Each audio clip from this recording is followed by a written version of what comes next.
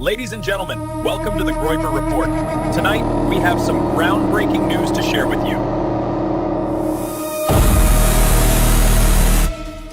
Welcome to the Groyper Report. Introducing the most racist men alive. They are shutting it down as we speak. Welcome to the Groyper Report. Sexist. Racist. Phobic this, phobic that. Terrorizing women across the country. Telling them to wear clothes. Saying all women are mid. Minorities fear them. The president has them on speed dial. Guess what? Your body, my choice. Brought to you by Frog Aura Maxing. Brought to you by Frog. GigaChat Central, yes, thank you for asking. They all must go. Welcome to the one and only. Defending the last white men on Earth. AtlasThugged and Josh Van Der Nord. This is the Groyper Report.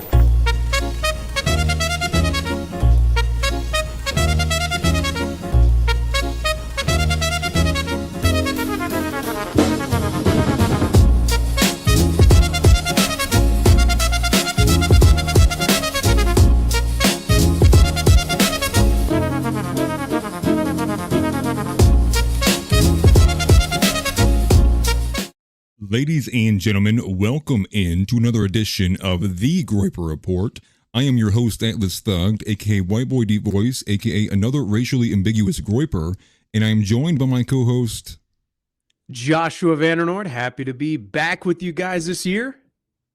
And one more time, to say it for the people in the back, we are the one network not afraid to say Christ is King. Let me get Josh back in here, actually. I don't know why I went to the wrong one. We have a good bit to get into. Obviously, there was a lot that we kind of missed between the holiday season and where we are now. And so Josh and I basically picked through, going all the way back to about December 23rd, a good bit of topics to cover to kind of bring us up to speed as we bring up this new year in 2026, as we continue this push to make Groyperism the dominant politics of everybody in America. And so before I kind of continue, Josh, anything you want to add at this top of this, or coming back to this? Yeah, I mean, this is our, first Groyper Report of 2026, dude. And I was telling Zeb that, you know, with the big kind of break we all took, with the big sort of holiday stretch we all had, I was personally a little bit afraid that, you know, maybe some of us were losing a little bit of this of the not individual projects, but like the New American Vision steam. But then we all got back in the saddle. John Ward's ripping out videos. Zeb's doing a daily show. I've got some stuff brewing behind the scenes, and Atlas, as always, is doing offensively accurate, and the Groyper Report is back, baby. I'm excited. Yeah, no, same here. And obviously the chat, I think, has an idea of where I'm going to go with this opener, but it was very unfortunate, and it's unfortunate to start 2026 with some poor news, but that is R.I.P. Rest in peace to CHRISTINE in Ohio. For those who are regular, viewers of the show America First, you are very well familiar with the well-known CHRISTINE in Ohio, one of the top super chatters of Nick. Nick would always go out of his way to look at her super chats, regardless of, if they're only $5 or whatever. And she became a beloved member of the community. And unfortunately, we got the news that she had passed. She had unfortunately lost her battle with cancer. And we got the news, it seems either late last night or early this morning. I'm not sure when the news had came in, but everybody's been posting about her. And so, again, God bless. And anybody who is, maybe related to her, I'm very sorry for your loss and very sorry to lose her just in general for the movement. Yeah, that I heard about that this morning as well, and that definitely sucks. CHRISTINE in Ohio will be missed, but we pray for her family, and she was saved, so thank God for that. Yeah, amen to that. And again, let that be a message too. Like, don't you're never guaranteed tomorrow, so keep that in mind. As we obviously talk about very serious things, we look very far into the future. We talk about everything as if we are guaranteed. Tomorrow. Sometimes we talk of as if we're guaranteed the next few years, and for a lot of people that is not the case. And so that's just a reminder to understand what is actually precious, what to actually value as you kind of go through your day, and a reminder to live in the present more than anything. Beyond there, though, two things. The first thing would be, obviously, you can see the brand new America First hat of mine. I'll probably wear it until it is the most disgusting thing. I'm going to wear it so much that it'll be dirtier than India. It seems like an impossible challenge, but I will try my hardest to break that goal. In addition to that, though, America First will return coming Monday, so January 12th at 9 p.m. Central Time. America First will be coming back, so we'll get a lot more Nick clips from there. Moving into the actual content, and this is going to be where we're going to have a bit of a difference from where we are, usually, just because there's less clips to air because there was less Nick Fuentes in general.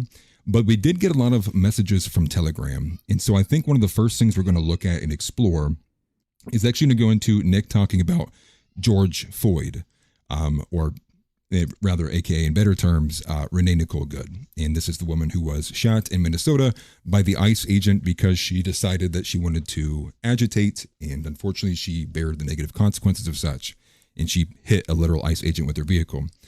Now, there was even a split on the dissident right side of how people were feeling about this, and I think there's a few different reasons for that. And I guess before we even get to the telegram from Nick, I want to turn it over to Josh and kind of get Josh's idea, because I don't know if we've talked about this verbatim one-on-one with each other. Where are you at with the kind of split from the dissident right and just people in general arguing about it? But also, what are your thoughts on what happened in general? Well, to me, this is just another case of baby politics, and it pisses me off that we even have to say things like JD Vance is going to get in front of everyone and say, well, of course this is a tragedy. And it's like, yeah, but you know what's tragic about this? What's tragic is that she was there in the first place. What's tragic is that there was this woman who, through just the society that we live in, was brainwashed into doing a stunt like this. That's the tragedy. Her getting shot is a consequence of that. Her being killed isn't the tragedy. I mean, whether it was, what was it, Friday, or in 50 years, if she's an insane, liberal, basically Satanist, then what difference does it really make? That's the real tragedy in all this. And honestly, I'm at the point where it's like, yes, it sounds cruel, but I don't really care. I mean, she shouldn't have been here. We knew this was going to happen. Let's be honest with ourselves here, guys. Mass deportations, getting the country under control, reining in black crime. You think no one's going to get their toes stepped on? You think no one's going to get boo-boos and probably killed? It's going to happen, and we need to have the stomach to just say, yeah, it's a consequence of war, and we are at war, is what it is. Yeah, I guess the only caveat I would add in there is it's tragic for the 6-year-old who's now been orphaned, and unfortunately by the decisions of the woman who was allowed to make them, because this country for some reason decided women needed to have rights, which is the worst thing that they ever decided to do. And that part was probably the part that was super unfortunate to me, was just knowing now there's a 6-year-old kid who has no father, no mother, is being taken by a grandfather who was previously determined out of the life. And that to me is tragic, because now this kid's just basically going to be given to the system. And what happens with the grandparents, right? Is there a chance? And a lot of the times when this situation happens, I'm from a pretty poor area, that when both parents end up gone, a lot of the times the grandparents die before the kid turns 18 too. And then they end up falling into the system as well. And so it's just an all around unfortunate thing. But I agree with your assessment there too. And to quote Nick Fuentes, if you have any sympathy for her, you're not going to make it. And that's what I'm going to go ahead and bring up on screen here. But this is the Telegram post from Nick Fuentes, a thread here. And again, we're getting more telegrams today because we didn't get much clips, obviously, because of America First. But again, to quote him, if you have any sympathy for her, you're not going to make it. And I'll go ahead and read this first slide here. Josh, you can take over on the second slide here. But as it reads from Nick, Tucker's newsletter says, I don't care what side you're on. A woman was shot in the face, and that's a tragedy. No, it really isn't at all. When Charlie Kirk was shot and killed, these dirtbags publicly celebrated. When Trump was shot in the face, they publicly celebrated. These far-left activists are evil garbage. They want you dead, and they are actively working to destroy our country. The second part says there is no moral equivalence, and to say this is partisanship obfuscates the truth. These people want your kids to have their genitals cut off. They want criminals loose in the country. They want open borders. This woman wasn't shot in a traffic stop. She was there with her wife to harass and impede federal immigration enforcement. You can see the look in her and her girlfriend's eyes. These are typical liberal bitches who have never faced any accountability. They are so bold because they are used to getting their way in the society. That has to end. If they miscalculate, then good riddance. And I believe it did go on from here. There is a little bit more to continue. One of these just says, you just created 1 million George Floyds, which Kaiser Rez says bonus track there. And I'll start and continue here. Furthermore, Nick says, it is probably in bad taste to celebrate, technically, but to be pouring out sympathy for this woman shows you are lost in the sauce. We are in a war for the country. Get a fucking grip.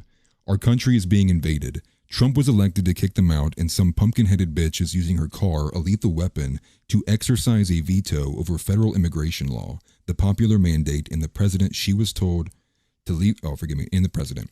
She was told to leave the car and tried to speed away, hitting an ICE officer in the process. This isn't a game, actually. She was in the wrong, and she paid with her life. Too bad. Did you want to take over from the second one? Sure. That is actually what is going to happen when the decent people of the country lay down the law. At some point, the rubber meets the road. In Minnesota, it was uncovered that these foreigners who shouldn't even be here are scamming the taxpayer out of millions of dollars. It is just and reasonable to get these people out of our country. This idiot bitch went out to jump in front of the police out of sympathy for the foreigners. There is no moral equivalency here. And to bring it back to center on this, obviously you just want to rope in Nick's take there in place of a clip. Some of the first things I would say to the overall situation would be, when it had first came out, there was people making excuses, both on the left and the right, for different reasons. Some people were using the frame of the final shot of the officer, which looked like he was essentially sticking his gun into the side window. You also had people talking about, well, maybe she was looking at another officer, she was panicking, like, oh, you know, simping for women, as if like women can't be responsible in these moments. And what we got after that was not the body cam footage, which I was corrected on, and thank you for Chris for correcting me on that. The officer literally recorded a point of view video with his own phone. I'm assuming it's his own phone, I would imagine. And what we get is that comes from... I thought it was body cam footage. I didn't know that. I thought it was body cam footage too, but somebody corrected me after I covered it. Because you can see in the reflection of the vehicle, he's holding the phone. You can literally see it in the reflection on the SUV. And there were three major things.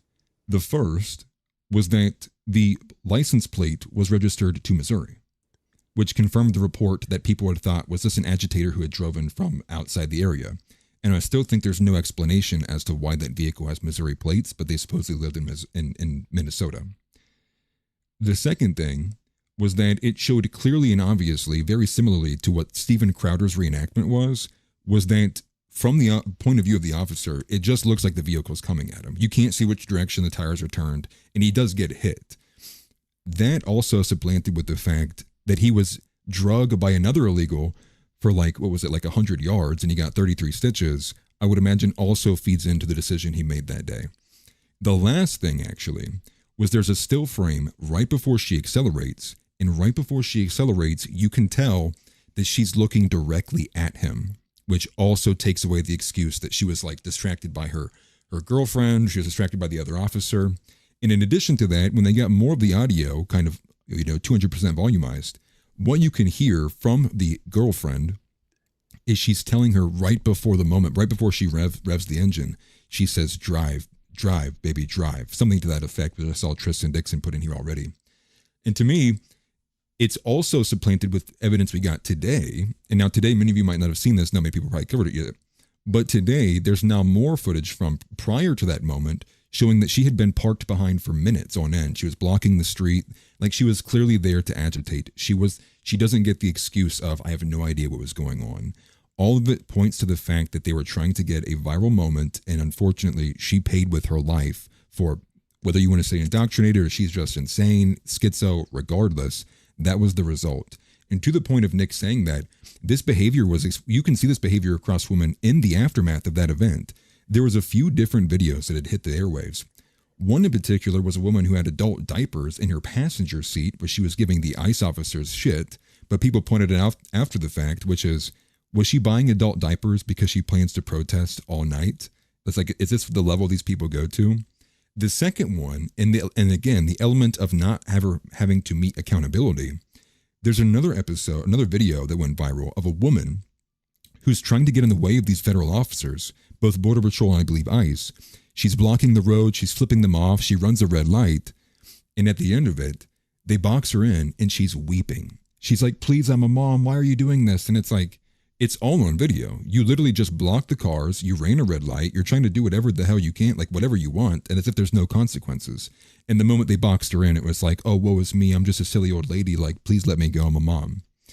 This is more of why feminism is the three-pronged that the Groypers attack. Feminism categorically shows its face in so many different ways, and this is one of the biggest elements of it, which is, many people immediately bring up, had there been a husband in her life, quite possibly what we would have gotten was him telling her, hey, honey, stay home. Maybe we don't need to do this. But to kind of give a reassessment of where we are with that, did you have anything to add to any of the points? I kind of rambled for a little bit. Well, I think those are all excellent points, but here's, maybe it's just because, we've been in this game for so long. I get a little like, I reposted a video that Steven Crowder did where he basically recreated the incident and was trying to explain what was probably going through the cop's head and everything. And it's like, dude, I'm tired of us conceding ground. For us to even be making these, what was going on? Benefit of, like, giving them the benefit of the doubt.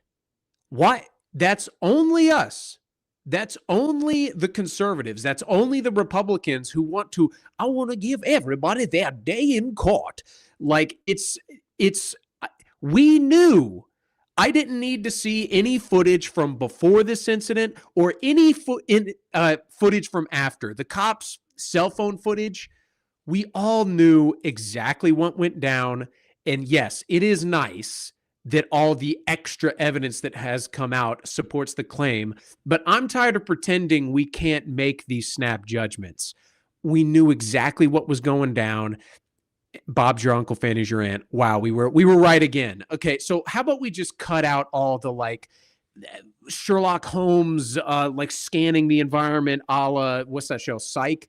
We know what happened, and this is what it's going to take, is if we want society to change, it is going to take people getting shot. And I don't want that. If I could just, like, plug my mind into Cerebro and then just make everyone behave, I would absolutely do that. But it's not going to happen. What do you want to have? I want our society to get better. It's just inevitable. Right. And that's why I do think there's an element of this, which is why, like, on the feminism element too, this is partly why I think Nick is so boosting to, like, somebody like Clavicular, which is, like, that's another, like, wang half, right? Obviously, like, categorically different. But I think that's why Nick is willing to put his name behind Clavs. It's because Clav is like this, this mystery weapon against women. And you've already seen multiple of these moments where he's just like, in his very autistic kind of way that he speaks. And this isn't being rude at all, but it's just like kind of the way he is, a little stilted, and to use Nick's terminology, and just shutting down women and like the way he talks to them. And I think that's good because there is an element of which, instead of just the Andrew Tate Brown version, how about we get a white version of that, like this white Chad King? Now that's obviously a whole different tangent there. But the overall element, though, that I would say to this, to go back to the broad nature of what occurred that day, was the worst thing that can actually take place here is this continues, where the left continues to galvanize itself. The left continues to build this momentum on this idea that, like, what they're doing and what Renee did was, like, that was a valiant effort. Like, she's a martyr, and they continue to push themselves and convince themselves that they're a part of the resistance against the state. And we don't get a strong executive to crush everything that's going on during all these insurrections. Because if they're able to carry that momentum through, they're going to feel righteous when they win, and they're going to have righteous indignation when they come back for everybody else, saying, you deserve all of this because of what happened from here, here, here, here, and here. And that's what I really, really fear. And so that's why I'm really hoping we get stronger, more kind of monarch-like choices from the Trump administration that just shuts things down. This is exactly the message that our side needs to have, which is become everything that they are afraid of. Because all of the stuff that we fear, our worst case scenario, is on the horizon. I mean, think about it, like immigration, white replacement, feminism, Zionism, everything is right on track. Their worst case scenario, not even close. And here's the thing, we gotta, well, okay, their worst case scenario is like actual concentration camps, which we're not going to do. But like they think that like ICE soldiers arresting 13 people a year is the Gestapo. How about we start getting some actual arrests and stop them from winning? They're like, the next time a Democrat wins, it's the last election. Okay, how about the next time we win, that's the last election. That's what I want to see. That's what the mentality needs to be. Yeah, no, and I completely agree. And I do see some elements of that. Like it seems that way. I kind of touched on this on the last Offensively Accurate that I did, particularly with like the way that it seems like they're ramping up the immigration enforcement on like, what's the right way to say this? Illegals that don't have prior criminal convictions, which sounds confusing, but previously, basically the administration from the onset, from when they got in the office, they had a very high emphasis on going after the illegals, to deport the illegals who had committed crimes in the United States, not meaning the illegal crossing the illegal entry. And what we saw, and I saw this from AF Post, but I saw this graph, and what I saw was around the end of September going into November, you can see a staunch shift in who they're actually going for. And what you can see is there's actually now a broader enforcement on deportations across all the board. And now what you see is a lot more of the people they've actually incarcerated are those who only have the crime of crossing illegally, meaning now the administration's going after the illegals who are legal in name only, the ones who didn't come and are starting selling drugs, but are just only have the crime of shouldn't be here, which is a good sign to see because we felt like we weren't going to get that.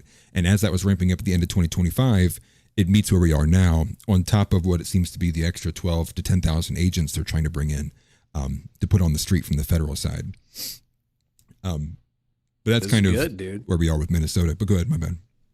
No, this is good. That's what I like to hear. I mean, I'm worried it's too little too late. I mean, and I don't just mean in a broad sense. I mean for this administration. I mean, the midterms are coming up.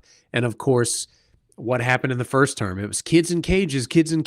And despite as much as it pains me to say it, Trump is a sucker for all of these arbitrary, like pageants. You know, like the Nobel Peace Prize. Right. Obama got one of those. Why do we care about that? Ego. New York Times. Listen, and I'll say this too. Like, this is part of the reason why, because everybody's asking, right? Everybody's asking, why is it we can go to a foreign country and we can drag our balls across their face, but when it comes to like domestic issues, it's like everyone's like, oh, don't do it. Well, understand that it was like something like 80 some Venezuelans were killed in our attack. Nobody gives a shit.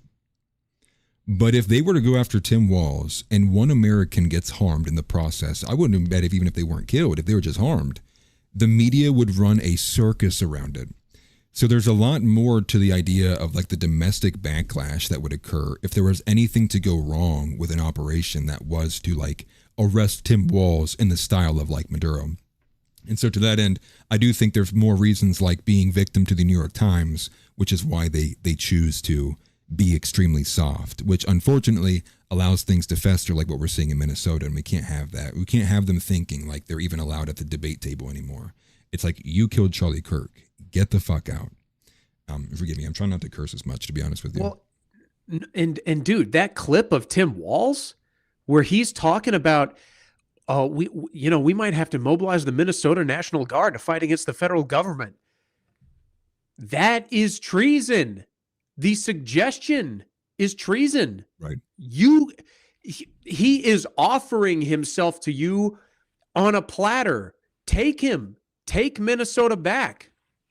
Get what was their Jew Minneapolis Mary said? Get the frick out. I mean, he didn't say frick, but yeah, get him out of here. Get that fruit out of here. Right. And one more thing we'll move on to Venezuela, which I think is a bit more what's the word? It's a bit more based. Yeah, more controversial, I guess, maybe.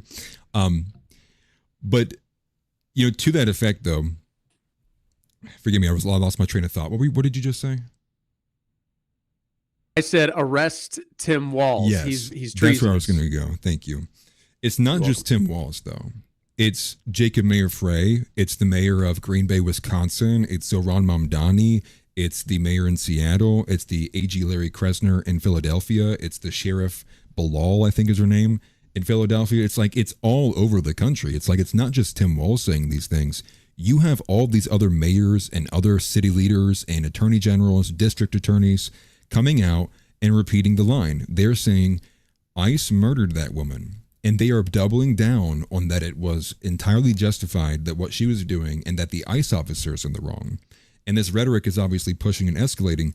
Now, it's even more insane because you're getting it from like a Philadelphia sheriff is like giving warnings to ICE. It's like, if I see you with wearing a mask and whatnot, like we're going to try to get you on charges. It's like they're making it clear that they're going to try to impede federal law enforcement. And so at the very base level, what we are looking at again is the bubbling up once more of a state and federal conflict, much like we saw back in the Summer of Love with the pressure that was on the governors.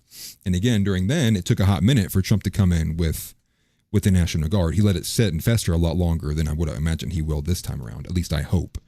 But to not spend too much time on Minnesota, obviously we're already about 25 minutes in. Moving on to Venezuela. And I think before we say much of anything at all, we're going to play this one clip that is going to show you where Nick was at in 2019 and where Nick was at recently, which I think was on like December 23rd or very close to then. Because what we got very initially after Trump, or after Nick gave his take of the American flag about Venezuela, people started losing their minds.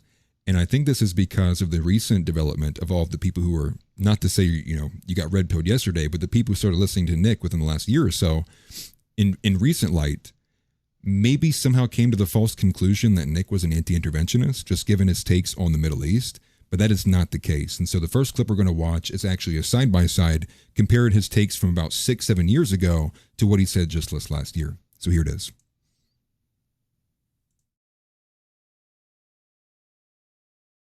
That an intervention in Venezuela is well within our interest. And it's as simple as the Monroe Doctrine. We are fighting a new Cold War, a new Monroe Doctrine in South America. We're trying to expel China from these Latin American countries. So why are we going to kick out the Chinese in Argentina and try to kick them out in Brazil and in all these other places, but we're going to let them have a foothold in Venezuela?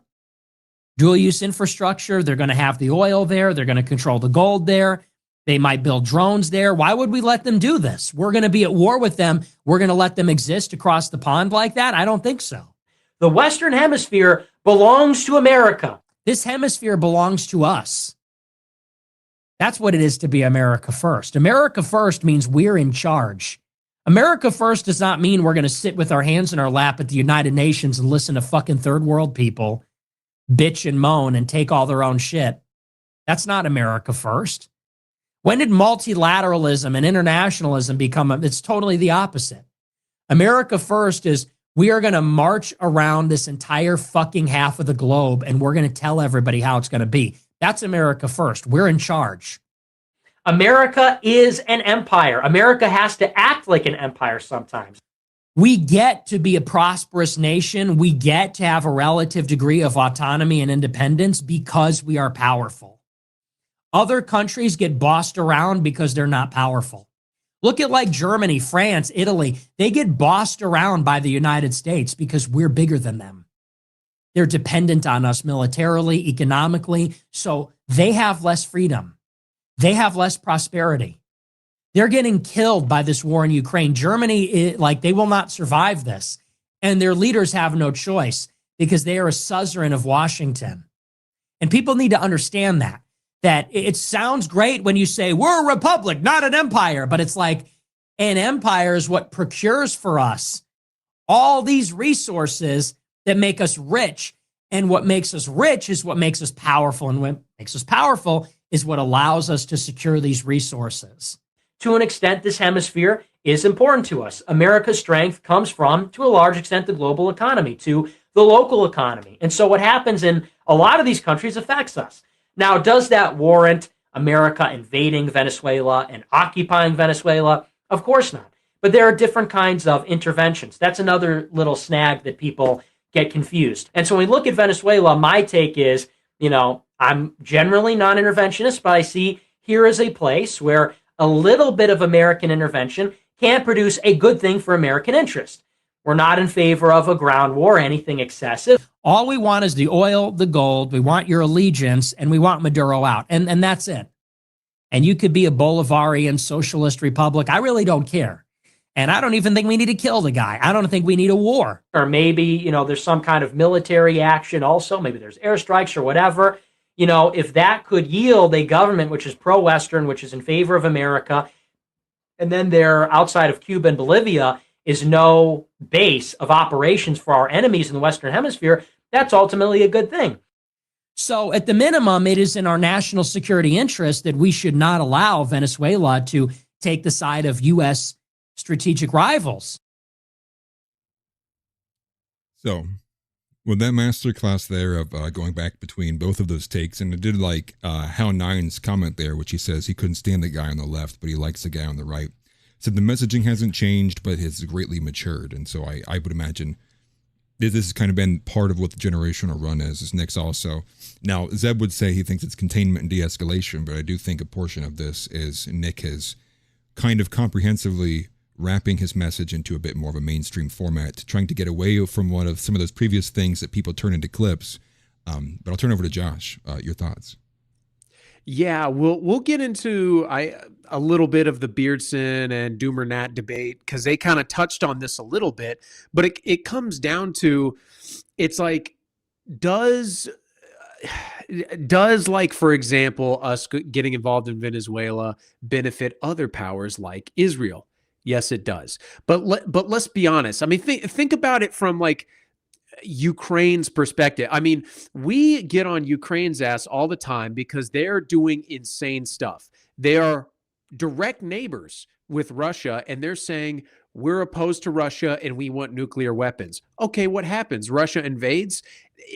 You're asking for trouble, and we are the big kid on the block in this side of the world, and this is just how it is. Like when we say things like we want, it's like you said at the beginning of the clip, Atlas, where people think because Nick is a non-foreign interventionist in the Middle East to a certain extent, and with Israel fighting Israel's wars, that therefore we're complete isolationists and we don't want to get involved in any conflict over the world ever. No. We do not want a mineral-rich, oil-rich power in our hemisphere doing business with our enemies. It's the Cuban Missile Crisis. Why would we let that happen? We have absolute interest in doing that. And let's be honest, here's part of what America First means. It sounds hypocritical and it almost sounds anti-Christian, but it's not. There's morality where we're not here to kill it. We're not here to kill people for the sake of killing. We're not murderers, but let's be honest. It is national sovereignty for me and not for thee. That is what it means to be America First to a certain extent. Yeah, I mean, to touch on the I guess the Christian element of it too. I'd seen the framing that was juxtaposed on the situation by Timothy Gordon was the just war theory from St. Thomas. And I hadn't really thought about the current actions of what we did in that framing until he had talked about it. And I was like, well, interesting. Maybe there's another kind of nuanced angle here that maybe this isn't all 100% good. Now, Timothy Gordon, I think, made the claim that he said under just war theory, this would have been illegitimate. I think when I looked at it front to back, one of the first things that came to me was it fails. Like what happened there took place in it was like 4 minutes and 14 seconds. It lasted longer than Will's gay speech in Stranger Things. And to me, there's a few other secondary definitions of war that I think you need to be considered. And typically when you bring up war, its secondary definitions are defined by its brutality and duration. And both of those things are missing from what we did. And so I think you could say it was a armed political conflict, but could it be stretched to war? And obviously there's a lot of semantics or nuance in there. But at the end of the day, it does seem like there's a lot of people, and wherever they're getting their Christian takes from, Lord knows, probably women, this idea that Christians can't, there's no like value set for how a Christian nation can act and defend itself is just insane. And it goes back to the just war theory. Like it's very restrictive, but Christian nations can act in defense of itself. This is where we got the first Crusades. It took what felt like the power of God to unite both the East and the West to get it done.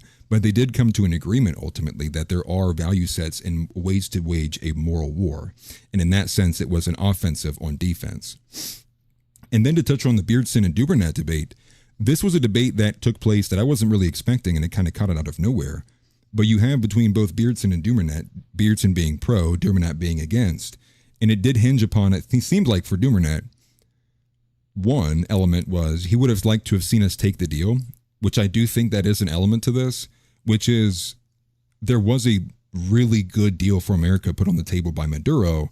They just didn't want to let him keep the reign of the military, I believe was like the big reason why they didn't want to go through there. And so you do have some of the interventionists coming in and saying it didn't feel like we negotiated in good faith. And that I would be willing to hear out as well too. Like, would we not explore all the options in terms of economical? But at the end of the day too, I think when you look at the blockade compared to also Greenland and what's happening in Iran and Israel, as well as the whole geopolitical scene, to me, it reeks as if there is something actually occurring, like much broader and more urgent, which maybe played into their decision to go ahead and do it as soon as they did. But anything more on the Venezuela element you want to add? Yeah, I think you raised some good points there, and I do agree. Like, as much as this does give me like the like a war boy from Mad Max, like it's just awesome to see. There is an argument to be had that like we didn't negotiate in good faith. Beardson, I remember he actually brought up in that debate as a point, there's no guarantee that Maduro would go through with it, considering he's reneged on deals we've made in the past. Yeah. And so it's one of those things that you can go back and forth on the minutia of it, but how it has turned out, I have no problem with at this point. What we will do with them going forward, that is what is of concern. Understandably, we're not here to nation build. I sure hope. Right. But, time will tell. Much remains to be seen. Yeah. And that's kind of like the hinging element there, which is like what will be the duration, right? Is this going to be a one and done? We get what we actually said we were going to do, or are we going to get continual excuses of why the occupation needs to be 5 years, 10 years, 15, and so on? And I think that's what a lot of people fear is. And one other element, just to put it out there too, was because this element that this is beneficial to Israel. And I think Beardson made one of the best points in the whole thing in the debate, which is if you know that for like 50, 60, 70 years that America has been tied to the hip for what I would say and argue are nefarious reasons, then you would have to understand after 70 years of being tied to the hip, our nations are very similar and alike in a lot of our trade agreements and a lot of things. When America benefits, so does Israel. And when Israel benefits, so does America. And what people seem to be using as this metric that if something is bad or good is if Israel benefits, regardless of if it benefits Americans. And I saw this from Sam Parker, and I thought it was the best question that was posed, where Sam Parker says, the better framing of this isn't that does it benefit Israel or not? The better framing is relativity, which is does it benefit more Americans than it does relative to Israel, or is Israel receiving the mass amount of benefit where Americans are receiving a relative amount of benefit? That, I think, is the better question. But to that, I think America is going to benefit more from what's occurring. But again, keep your eyes on South America. There's a lot of weird stuff going on down there. Absolutely, dude. And this is one of those things. It's like if we were invaded by aliens and we were about to nuke the mothership and save the human race, it's like, whoa, guys, but that benefits Israel. It's like, yeah, okay, but like it benefits us too, obviously. And this to me is one of those issues where the rubber meets the road on who's really in this to win. Right. And who's just kind of in this to be on the social fringes. You know what I mean? Where it's like, you hear this thrown around all the time, which is the first part of solving any problem is admitting there's a problem. But I find so often in these spaces, there's a ton of people that acknowledge the truths about Israel's influence over American and world politics over the last several hundred years. And they know those things, but going forward, their solutions are like, well, we need to nuke Israel. We need, like, Dubernat even said that. Well, he didn't say nuke Israel, but he said, I want to destroy Israel and disperse the Jews. And it's like, okay, but we have made significant investment into Israel's security.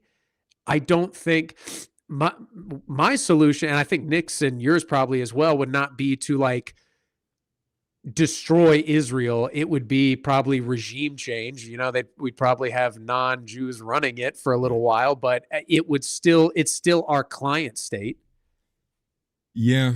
There's a conversation to be had about what to do. The crazy thing is, and this is just a sidebar from all of this, is given the tensions with Iran and what's going on with Israel, I was listening to what I believe was a Palestinian girl who wasn't living in Palestine. And there seems to be like this running theory that they think that this is going to be a staged war with Iran, that actually Iran's not going to lose, but neither will America. And that what ultimately will happen is Iran is going to force America out of the Middle East with a really bad loss, basically from a war of attrition. And that what the U.S. will do is turn it over and say, you know what, here, take our assets, Israel. We'll leave all of our equipment and everything here in Israel, and we'll help build your center and you fight them. And instead of us fighting it, you guys fight it. And so there's like a term that they were coming up with this.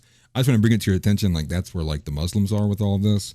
And I've seen some few kind of weird theories with that. I'll explore more of that probably on an OA. But it seems there's a lot of people convinced that this is actually in line with like the New World Order. And that what the expected result of this will be is that America just turns over assets after losing to Iran to Israel, because they'll just say like, you fight it better or something to that effect. Does it make sense? I don't really know, but that seems to be what they believe. Beyond there, I wish we would take a page out of Saudi Arabia's book and play both sides.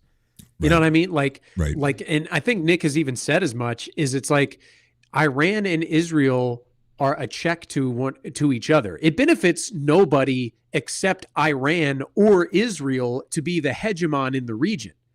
China, Russia, us, it is actually more beneficial to have instability in the region because that kind of, or not like complete instability, but you get what I'm saying, where there's no absolute authority in the region, which gives us more power and influence. Right. And that's the strategic objectives of both sides here, which is both sides want the hegemony of the region. And that's why this is continuing, because no side has it, which is also what precludes the whole thing when Nick said, expect we'll be fighting Iran in 8 months from now, because the objectives from both sides didn't change.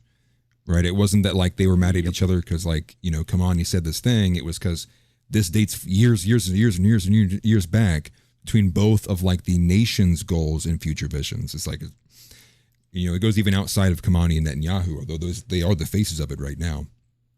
But I would encourage people, if you want to see a bit more, I know people might still be on both sides of that, but I would encourage people, go find the Beardson and Dubernat debate. It was essentially the first hour of it stayed on Venezuela. They actually moved to somewhere I wasn't expecting. They actually started debating about the March of the Institutions in the second half. And so it was a pretty good debate all around from two Groypers there.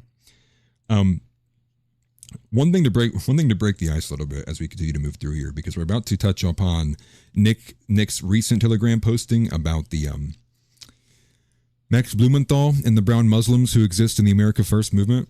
But before I do that, I wanted to play what I thought was maybe my favorite edit I've seen on the timeline in a long time. And this comes from Dr. Groyper, and it's really good. It is for white men, so if you're not white, you might not feel it. But for those of us that are, let this be your battle cry. I'm going to play it right now.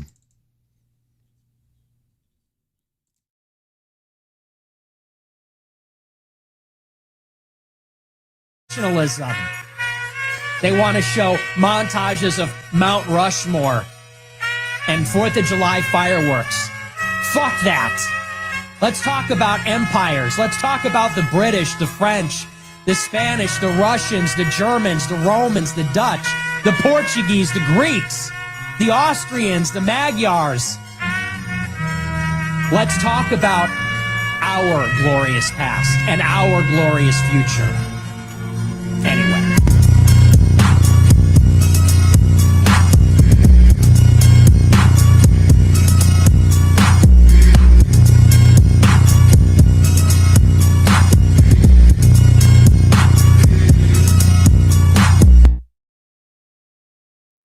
I was hoping I'd pause it just a little bit shorter than that, but it ends with this short little frame that says, remember who you are. And that is, again, to go in line with as we continue to divest and we have to tamper down, or tighten down, I should say, on our positions, you have to remember who you are. And this is more in the line with where we have been, which is taking your own side. And so to that effect, I'm going to be bringing in the Telegram, because Nick did start tearing into people on the timeline from the fallout from the Venezuela take. And that is largely from a lot of these Muslims, people like Jake Shields, who are vegetarians, and like you should have expected that take anyways, that are like just saying, oh, woe is me, now Nick has flipped. And so this was Nick's kind of giving a defense to who these kind of dissenters are that kind of have, attached themselves to America First. And so here's this thread. It comes from Kaiser Rev. Put it on screen for you. And it says, Nick Fuentes tears into Max Blumenthal in Adam, who is a brown Muslim. And so Max Blumenthal, who you guys would know from the person who published the site, the article talking about Charlie Kirk initially on about the donors, and that basically Candace and Ian Carroll pulled from for a hot minute. And on the right-hand side, you also have Adam, who is a more prominent, very anti-Israel account. But here's what Nick has to say. He says, here you have Max Blumenthal, a leftist Jew, and Adam, who I can only assume is a brown Muslim. Both of these accounts rode general anti-Israel sentiment to prominence on X. Here they are condemning ICE while trying to connect the shooting today to Israel. This is exactly what I am talking about. Leftists and third worldists are not pro-America, and they have been using the Israel issue to ideologically capture anybody who is skeptical of Israel. They are able to do this because they know this is the one issue the mainstream right can't touch. Fuck these people. They are not America First. And it continues, and I'll just read these because they're a bit shorter. A communist Jew like Blumenthal calling ICE deportations terror capitalism, and then throwing in Zionist plutocrats at the end, so he sounds like less of a left-wing piece of shit. He says, and he finishes by saying, America First is a war on all fronts.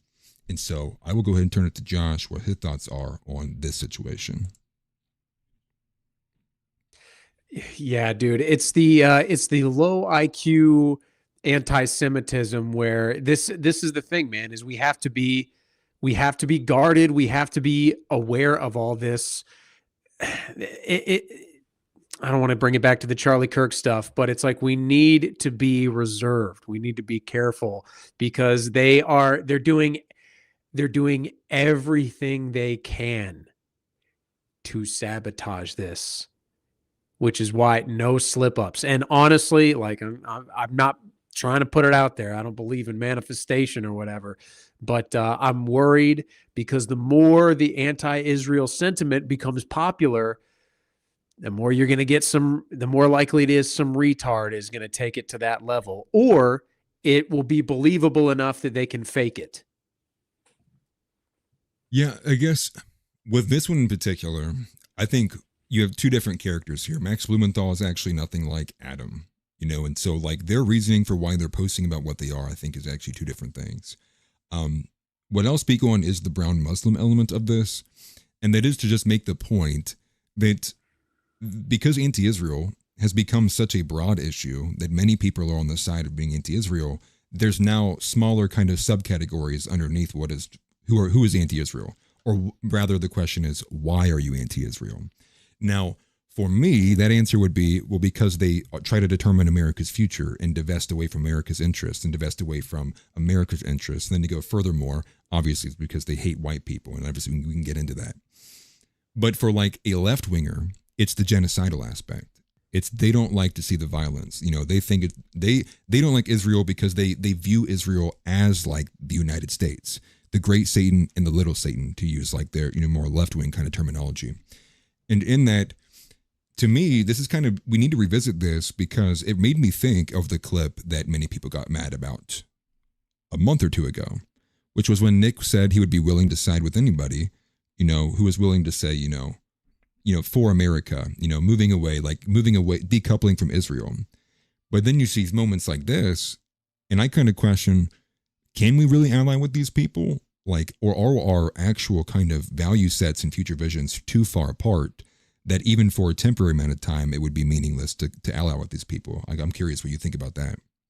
Yeah, that's a great point actually, because I remember that was a bit of a controversial thing, a point he had where, he was bringing up Thomas Massey and Ro Khanna were kind of coming together to force Trump's hand to release the Epstein files.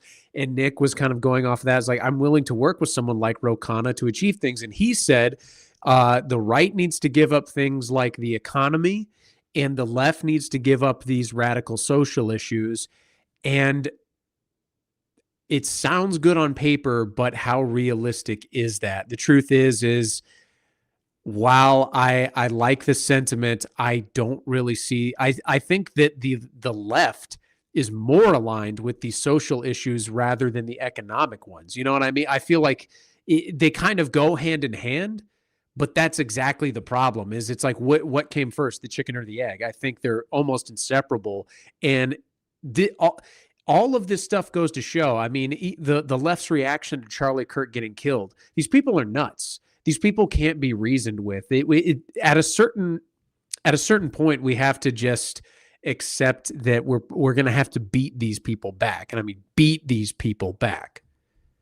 Yeah, in this chat here from Hook, he says, look at Project Esther and read up on what they have already laid out. You'll want to have that close. Watch for it. Also start looking for the cope, clutch, cuck, creep that Chuck was doing. And yeah, if anybody wants to know about Project Esther, I have pretty sure it might be my pinned video on my YouTube channel. It's definitely my pinned post on X, but definitely I covered it front to back, Project Esther. And the thing with that, though, is actually one of the desired effects, one of the desired strategies of Project Esther is exactly what's occurring now. What they want to do is they want the differing factions of the anti-Israel groups to fight each other. And that is one of the desired effects, which is if they can start to play on the ties that are keeping all of across the aisle groups together on anti-Israel, they want to find ways that will begin to demune that relationship and break it apart. And that's also what I see at play here too. Now, would I go so far as do I think like Israel set up this entire thing and put Renee there for this position of a Project Esther continuation? Like, no, I think that's a stretch. You need a bunch of evidence to put that up there. But just in the sense that maybe they didn't directly cause it, but now that they have it on the table, they will drive it and push it and stretch it and exacerbate it to the points that will fit their ends. And now I'm kind of curious, is that what we're seeing? This kind of amplification that's being turned and that's breaking apart these dissonant groups between both the right and the left. And so just something to think about, because Project Esther is a very comprehensive plan. It is not just like a very simple, like, we're going to censor you. It is like, we're going to censor you, and here's the 49 different ways we plan on doing it. And it's pretty excessive. Well, I think there is something to be said about playing both sides in this way. Like maybe Fishburne's not the or Fishback. Is it Fishback? What did I say? You said Fishberg. It's Fishback. No, I said Fishburne. Oh, okay. But Sure so it is Fishback. Okay. Yeah. Someone like a Fishback can say, yeah, he's running as a Republican, but he could make the anti-Israel message. He can incorporate the genocidal aspect to kind of ease it in for the leftists. I think there is a way for the message to have that broad appeal. But right now it's like it's so divided to suggest you're going to get the radical right and the radical left to vote for the same candidate, even on an issue they agree with. It's not going to happen. Not right now. Maybe soon. Maybe sooner than we think. But yeah, I agree with you. I think that it's the disparity between the sides is too great. I can't see that like I can't see the radical left voting for James Fishback the same way I definitely don't see them voting for Casey Putsch. So to that effect, there's like, maybe I was wrong. Maybe the anti-Israel umbrella isn't as like a surefire thing to do. Although I still would say, if the candidate is full of a race and you have candidate X is saying I'm anti-Israel and every other candidate is pro-Israel, I think at this point though, that's all they would need to give them an edge over everybody else. Just because that is such a single issue for a lot of people. And you're absolutely right, but it's contingent on what's going on. Because if you think about it, when was the last time Israel's war or any of their operations in the Middle East were in the news? It's been a couple months, and they know what they're doing. to a certain extent. You know, they're not, if they were perfectly planning this out, they wouldn't be in the situation in the first place. But their greed has gotten the better of them to a certain extent. But they're also aware of the sentiment in the United States right now, and I think they're getting ready for a big operation. I mean, that is obviously what's happening, but they have pulled back to kind of let the tensions ease a little bit of steam out of the room. Yeah, and you know, and to that effect, while we're talking about him, we do have a clip here from James Fishback and Beardson, who actually had to sit down. And I'm kind of forgetting the order of events. I think he sat down with Fishback before he had the interview or debate with Dumanat. But I will say I've seen a few people endorse from the Groyper circle of Fishback. I saw Pine Sap, maybe not a full-throated endorsement, but I saw something to the effect of like, I like this guy, or something like, I think I like this guy. I think Beardson even said like, you know, okay, everything sounds good with me. I don't know if that you would consider that an endorsement. But here is the clip, and it's about a 3.5-minute clip, and it was essentially Fishback doubling down on the fact that he won't disavow Nick or the Groypers. And so here's that clip.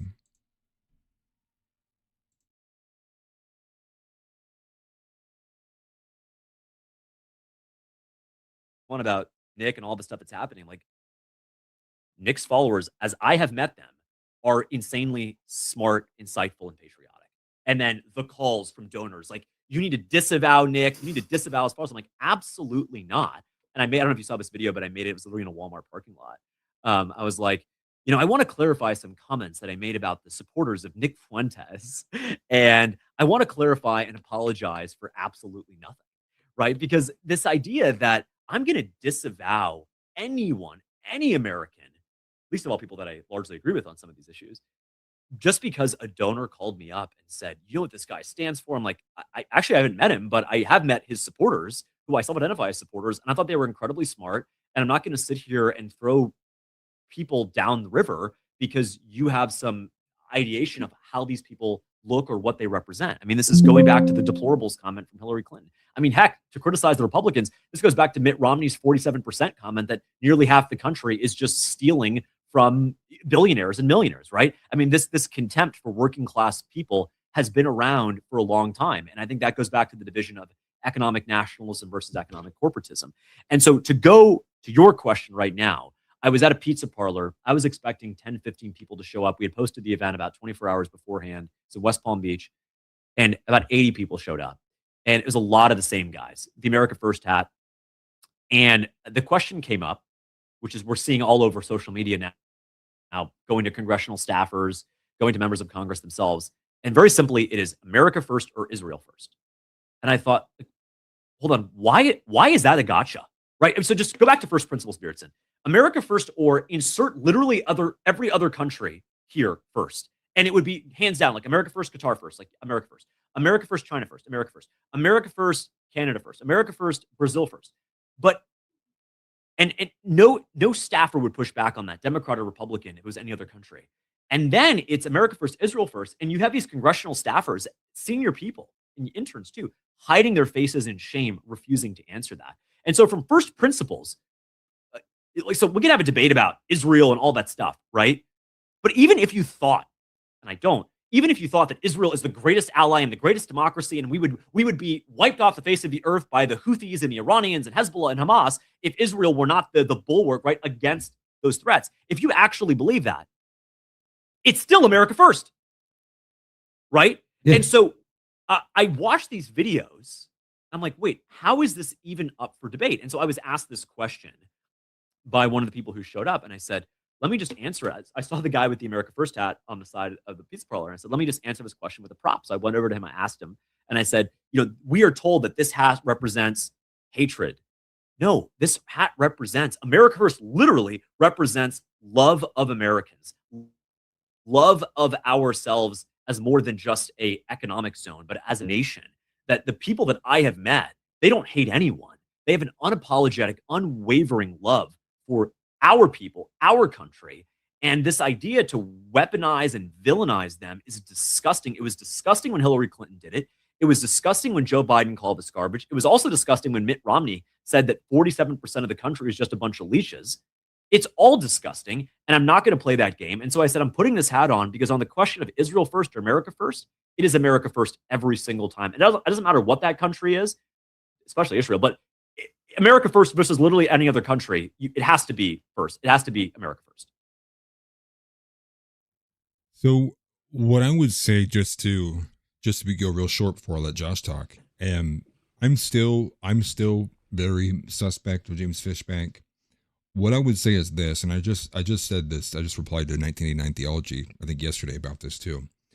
And it's the same way I view Candace and pretty much everybody else who's in this political sphere, that as long as they are pitching the rhetoric that is more right-wing than what we were getting, that is more away from the establishment GOP and more in line with the rhetoric of an America First, I will push for it. The moment that changes, the moment that deal is off. And specifically because the more that we get James Fishback, it encourages other people, and the more that rhetoric permeates and it becomes more mainstream, and it's more of a signal to the GOP of who's going to win. Specifically in the race of Florida, I mean, who else are you going to vote for? Apoc Shakur? I mean, at this point, if I was in Florida, I would just take my chance with Fishback, because who else is on there? It was uncontested until Fishback entered the race a couple months ago. And when it was uncontested, Miriam Adelson gave Byron Donalds $45 million. And so if you're asking me pragmatically, I would go with Fishback. I mean, I think just on the surface even, you can make that call. Now, can you be fooled by it if he changes his rhetoric the moment he's in office? Yes.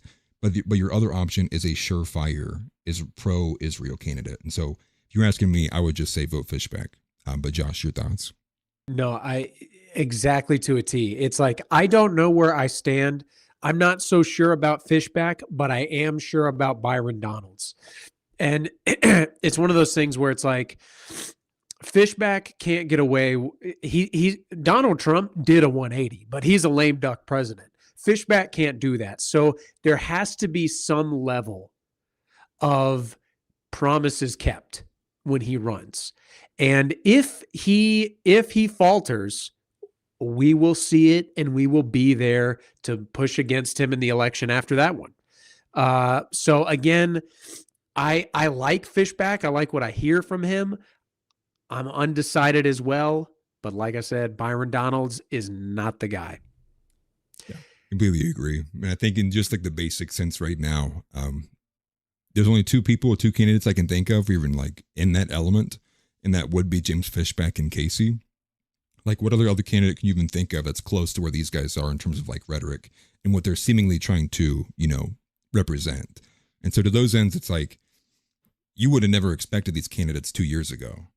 But now that we have them, people are going, well, should we be on their side or not? It's like, regardless, even by the slightest bit of pressure they are applying on the Overton window to push it to the right, that is good for us. And that's what we need. And we need more of that. And so to that effect, just in the pragmatic sense, again, that's why I would be supportive of it.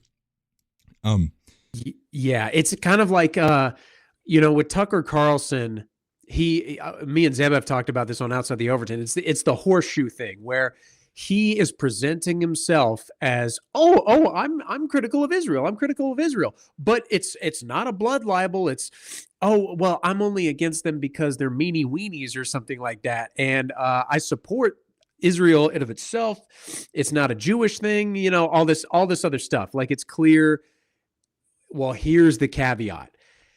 I haven't seen it with Fishback yet, which is encouraging, but also, he's new.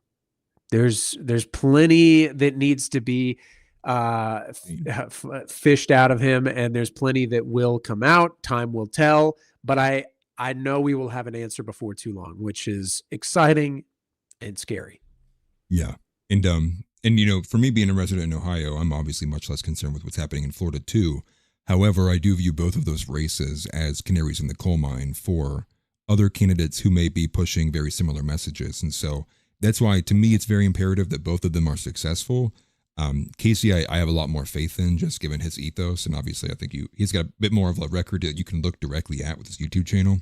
Whereas Fishback has a bit more of that elitist kind of a vague slime to him, where it feels like he was almost built somewhere and put out, rolled out and wheeled out, in front of the audience to applaud out. And so, he I does totally have a very Vivek type energy. Yeah, and he's a really good orator. That's what Vivek had as well too. Vivek could say a lot of really good things, and it only took us, months later to relook back at his language, and it was like, wait a minute, he said God is real, but when we asked him what God is that, he couldn't give us an answer, and so that's when you get that hindsight where you're like, oh, if we only would have seen it from this framing, we would have been a lot more clear. So time will tell with him, I would imagine. And moving again to a bit more of kind of like the circuit, the podcast circuit, and people who are promoting and pushing narratives and other messages. We have this bit from Theo Von and Dave Smith, who talked at length and were praising Nick Fuentes, actually. We have a smaller clip here. But I think the big takeaway from this is people were thinking, is this going to put Nick in a position to be brought on to Theo Von? And if Nick goes on Theo Von, who's the biggest dog left in the room? And that would be essentially Joe Rogan. And so people are hoping that if Theo Von has Nick, that'll open the door for Joe Rogan entertaining a Nick Fuentes episode. And so regardless, though, here is Theo Von and Dave Smith both giving him some high praise here.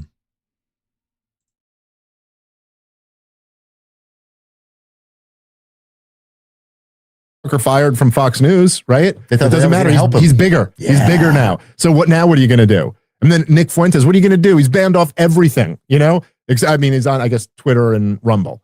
But so what are you going to do? And he's huge. Yeah, he's bigger than ever. He may be bigger than ever. You had him on your show. Yeah. How was that? What is he like? Is he big or is he small? He's not big. He's not a big guy. He's small. I mean, he's not like tiny, but he's not. Somebody said he rides a guy. bike. Is that true or not? I did not see him on a bicycle. I can neither confirm nor deny. I believe he took an Uber to the studio. Someone said he rode a bike to. Oh, listen, I'll be honest. He told me he took an Uber to the studio. I did not see with my own eyes how he got there. He could have bike. Not an Uber black. He could. It was certainly an Uber white.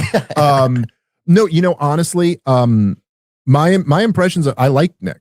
And he seems like a fascinating cat. I mean, he's obviously fascinating. He's fast. People are fascinated by him. Well, he's brilliant and he's hilarious, which is already something that I just like that. I like funny people. He's fucking brave, dude. Well, he's definitely brave. And we have some pretty large areas of disagreement, I think. But I've always kind of believed okay, so then. It's just maybe this is kind of like a little naive or something, but my attitude was always like, all right, so we got some areas of disagreement. So hey, let's talk about them. And let's kind of let's have more conversations and more debates and more, you know what I mean? And Josh, your thoughts? My thoughts. I definitely, so I like Theo Von. I know it's kind of controversial to a certain extent, but I'm not really a Dave Smith fan at all. But I think there's something to be said about this where it's like, where do you go from here? It is kind of funny that he's lopping Nick in with Tucker, but that would be the Fed thing to do. I would like to see where Theo Von, because I don't think Theo Von is an asset. So him getting Nick on would be interesting, which probably explains why he hasn't had Nick on, because he's worried about what that may or may not do to him. Joe Rogan obviously has a lot more leeway. So it would be cool to get him on. I remember we reviewed a clip earlier last year about how Bill Maher would never have him on. And it's like, okay, Bill, who cares? But yeah, I would love to see that, dude. I think it'd be funny. I think it'd be funny because Nick is so hard on the Southerners. It would be funny to kind of get, and Theo Von's obviously playing a character, so he plays it up, but it would be funny to kind of see that interaction, Yeah, well, the thing is I probably like Dave Smith probably more than anybody in NAV, and specifically just because look what's happening with Dane Bongino right now, right? Who doesn't love seeing Dane Bongino get ratioed 5 times in a row, right? And it's like, I appreciate Dave for the fact that he's still some level of just anti-establishment pressure. Obviously, I think most people. Now, I wouldn't say that he's a Fed. Maybe somebody misunderstood you, but I think Dave Smith is more so the good Jew, right? To me, Dave Smith presents containment. He presents criticism until ethnicity. We'll criticize everything until ethnicity. And to me, Dave Smith is like a hard stop. But the one thing I would bring attention to, I don't have the clip. That's kind of what I meant. Word. Okay. Word.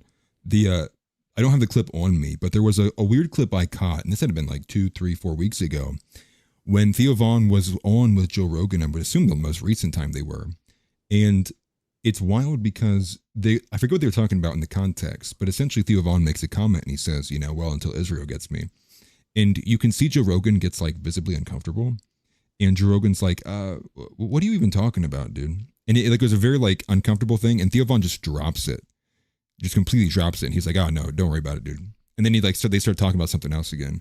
So to that end, it was like, that was kind of weird. And it does seem like Joe does, to some effect, avoid that level of a conversation. He'll talk about every other conspiracy seemingly besides those. But it would be a good thing. I would like to see a Theo Von Nick Fuentes interview. I'll tell you what, we'll take a trip to Israel, Atlas. We'll go in Bigfoot costumes, and then that'll be the segue for Joe Rogan, or gorilla costumes. We'll go and that'll be the segue for Joe Rogan to open up the Israel debate.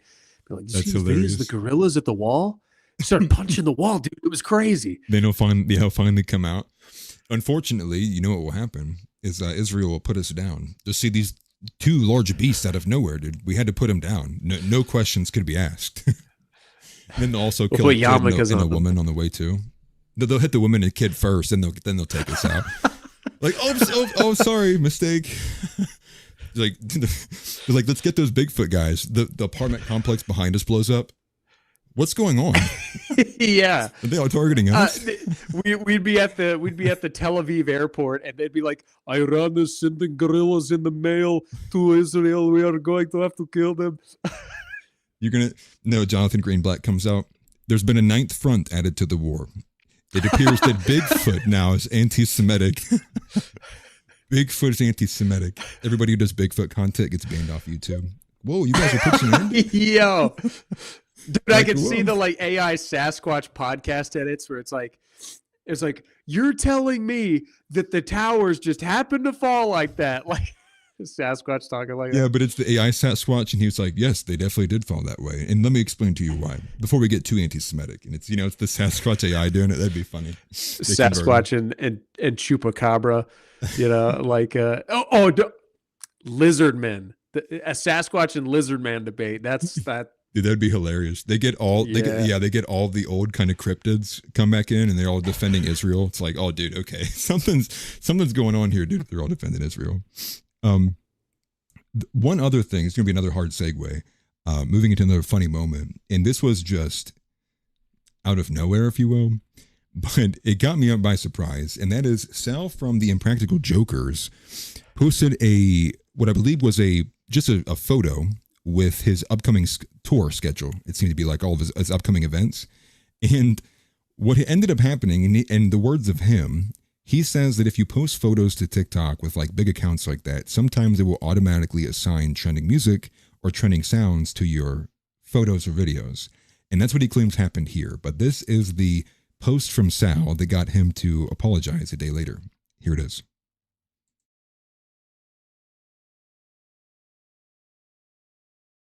Jews be Jewing, niggas be niggaing, bitches be bitching, Jews be Jewing. It's what they do, okay? It is what it is. So I don't know. You're the one that's taking it bad. I'm just saying it's what it is. These Jews be Jewing. So obviously it's a short clip, but that was what got Sal to have to kind of, put on the video, put on the sad eyes, like, oh no, like it's another Holocaust. No, but he came out and he was like, it's real bad. I apologize. He blamed it on like TikTok, which like, I don't know anything about TikTok. I avoid it for the most part. I find that hard to believe. I feel like somebody in his team definitely just clicked on it knowing like what audio it was. And that's kind of like their argument afterwards. But I was curious like what you thought when you saw this. Yeah, so it's funny because like I have a TikTok account. I don't like post on it or anything, but like Nick Fuentes is pretty much banned from TikTok. But this audio, because it's audio, managed to slip through the cracks because you can say the N-word, you can say certain things. Yeah. And my brother actually, who like just learned who Nick Fuentes was a few months ago, he sent me how he just put in a picture from his camera roll, and it was like the AI assigned that audio to every single one of his pictures. It's like a super popular audio. And so it's funny that they just probably like threw it out. I guarantee it was an act. Like it was obviously an accident. They probably don't need to worry about that kind of stuff usually, but well, did you see the meme that came out afterwards? That is funny. No, it was the other jokers like in the camera room, and they're like, and now And now use Nick's sound. It's like they're challenging him to do it. And just like this comment says, that would be hilarious. Sal comes out with the video and he's like, listen, guys, Jews do be Jewing. And like I would say the other one, but our channel's already not monetized right now. Which we'll touch on before we sign off. But it would be hilarious if Sal came out and he was like, listen, man, dude, kid makes some points. Like that would be like, whoa. And it would have been a powerful moment if he did, but he didn't. He did the typical celebrity thing. He wants to keep his money intact. And he was like, oh no, dude, black people are the best things alive. And he apologized for it. So that's kind of like where we're at now.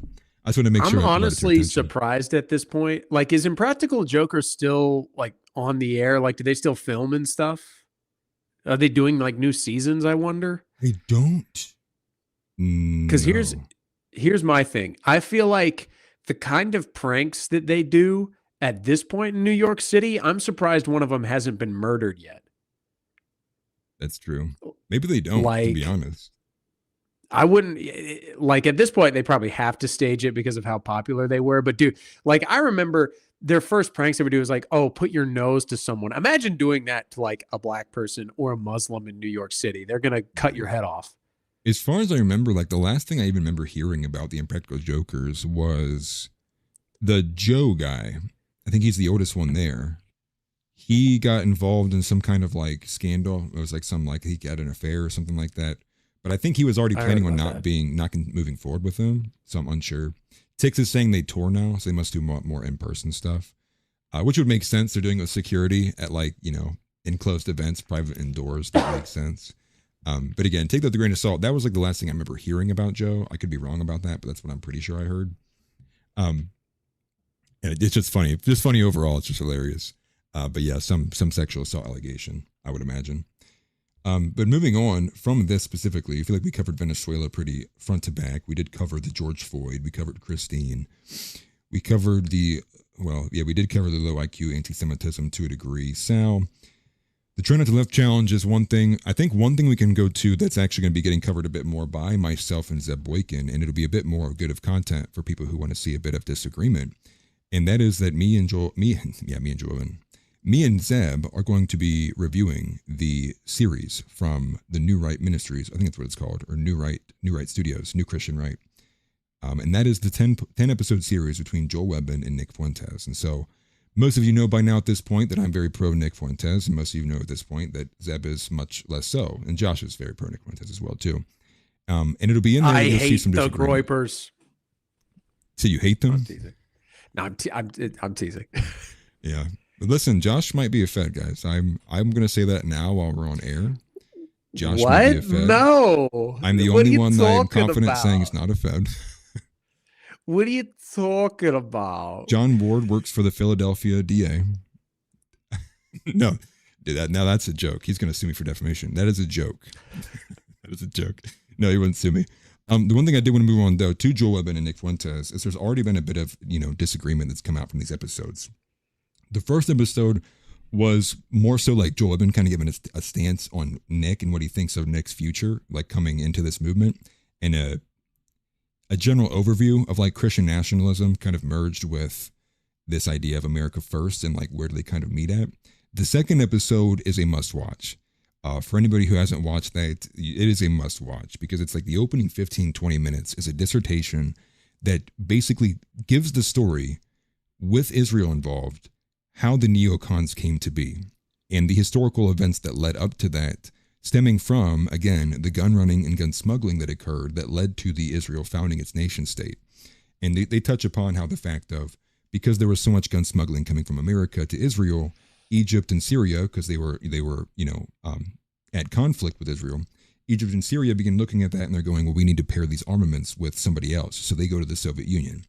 So then Egypt and Syria starts getting weapons from the Soviet Union. This begins the proxy conflict between the Soviet Union and the United States in the Middle East.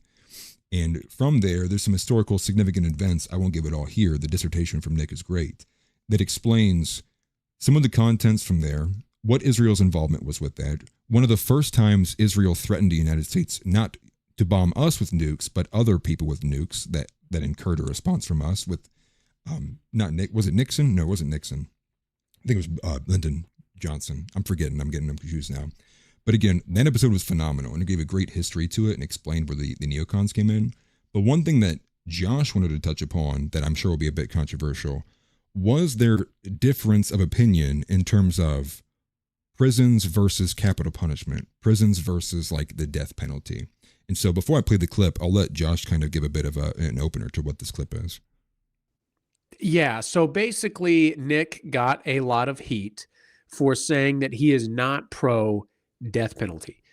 And the main crux of the reason is because he thinks we've kind of moved as like technologically, just the stance we have in society now is we have the means to give people a proper second chance. But it doesn't mean like what it means now, which is just, oh, you committed a crime and you're black. Welcome back to the streets. It is repaying your debt to society. And he has a famous clip, which he reiterates. We need to make the prison system more humane so we can put people in there for longer. And that's actually something Zeb and I have debated on outside the Overton, which is kind of what I wanted to address it a little bit tonight, since I'm obviously not going to be on the panel with Atlas and Zeb show talking about the Joel Webbin thing. Definitely. Yeah, so here is this clip here, prison versus the death penalty. And I believe it's more so Nick giving his position than Joel.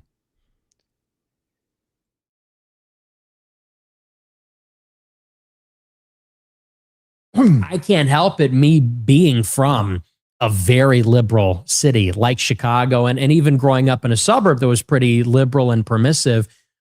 I think, and as an American, there's just sort of a natural aversion to that. Yeah, there's. And to kind of an extremely punitive justice system. And I have to tell you, as a Christian, I don't come away from the gospel thinking that the state should be liberal with murder, should be liberal, let's say, with the death penalty. Yeah. I, with that being said, believe that people should be put in prison. There should be a lot more people in prison. And I've said before on my show, I think the prisons should be made more humane, because then we could put more people there for longer. The reason that we don't like prison a lot is because prison is like, you can die in prison. You get raped in prison. Right. It's inhumane in some ways, but I think that we should make them maybe more modern and nicer so we feel comfortable sending people there so that they can be rehabilitated. I do believe that we should have a society that's forgiving, but I also agree that what you're describing, I don't think anybody has a problem with in principle, which is that people that cannot get along in society should be removed from society, whether that's put in a box forever or whether they get the death penalty. Or banishment.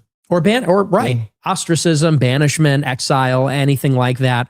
And it is helpful to think of the worst case scenario. Because I think you strike me as a warm-hearted person. I'm a warm-hearted person. I don't think that society should be looking to inflict punishment on people. However, evil exists. And it is instructive to think of the worst case examples. Like as a Catholic, I think of Satanists who will go and steal one of the blessed hosts. They'll go and steal the bread during the Mass and use it in a black Mass or to desecrate it. And someone who is doing that, I think, should get the death penalty because that is the body of Christ. So, maybe coming at it from a different point of view, different point. I can understand it but more. I do appreciate that, although we have different views on the sacraments. So in there, you get the admission from Nick that he would be a lot more reserved on the death penalty than where Joel Webbin was. Now, Joel Webbin, you didn't hear him give his take on there, but Joel Webbin is seemingly much more pro the death penalty there. Now, this might shock a lot of you. I actually am closer to agreeing with Joel on this position than I do with Nick, and for a couple of reasons, and I'll lay those out. The first is I do find that prison, and what we know and what we understand of prison is we know if you go to prison, especially in like a federal facility or a state facility, you're more than likely going to be sexually assaulted, raped, violated. And despite knowing that, knowing how violent and disgusting prison is, that doesn't seem to have much of a chilling effect on people not wanting to be there.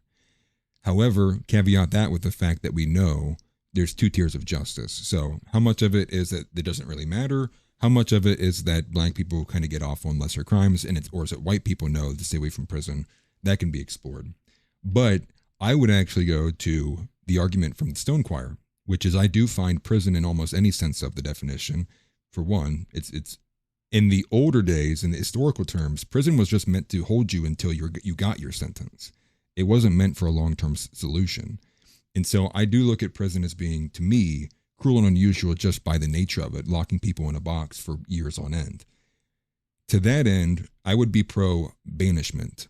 I also would like to see banishment and exile be brought back as sentencing mechanisms from our court system. Now, whether that means from a state level that people can be banished from certain states, or if that's just a directly like we take you to the border and say, pick a country, Canada or Mexico. That to me, I would much rather pursue those ends, which gives a stronger chilling effect. Because if anything, I think the one thing that most people can take away is overall underpinning majority of what's happening here is we are living in a very lawless state, specifically very lawless for anybody who's non-white. And so to me, if we were to hearken up a bit more of these penalties, I would be okay with that. Specifically, though, I would like to see more banishment, less so like we directly go to immediately hanging everybody. I would like to see a lot more looking into the idea of banishing people, depending on what the crimes were, and having maybe a different level of, tiers there. But I'm curious, Josh, your thoughts? Yeah. Excuse me. Bringing back banishment and exile, that's actually an interesting thing I hadn't considered. But my stance on the death penalty and whatnot is I'm not against the death penalty because I think it's immoral or anti-Christian, quite the opposite, in fact. But what I think is ideal is if we were to reform the prison system, not simply like Nick kind of sugarcoats it when he says make them more humane so we can keep people in there for longer. I advocate for basically turning turning prisoners into slaves. We're basically bringing back lowercase slavery through prisons. It's not racially based, it's not class based or whatever. It is crime based. If you owe a debt to society, you are going to repay that debt. You are going to be living off the taxpayer. You are going to have to put more in than you take, which means obviously, this will be extremely beneficial in certain aspects of things like, if we start deporting people, we're going to need labor, maybe unwilling labor to work on the farms, at least until, we get the birth rates back up and whatnot. Yeah. I think, doing the boomers really overstate that, like, oh, these are the jobs young people don't want to do. They really overstate that. But let's be honest. Nobody wants to be tech support. Like nobody wants to be these Indian call center people. Yeah. But there is they can do stuff like that. And obviously those aren't real hard jobs. This is something I've said before. And I think Hayden They do have McDougall those in actually, prisons. huh? They have call centers. Oh, in they do? prisons. Mhm. Oh, okay, perfect. Well, I mean, it's not good enough. I mean, obviously I want them doing hard labor, maybe learning skills, but against their will if need be. This is something I've said before, but Hayden beat me to it saying it on the public stage. Put them on hamster wheels. We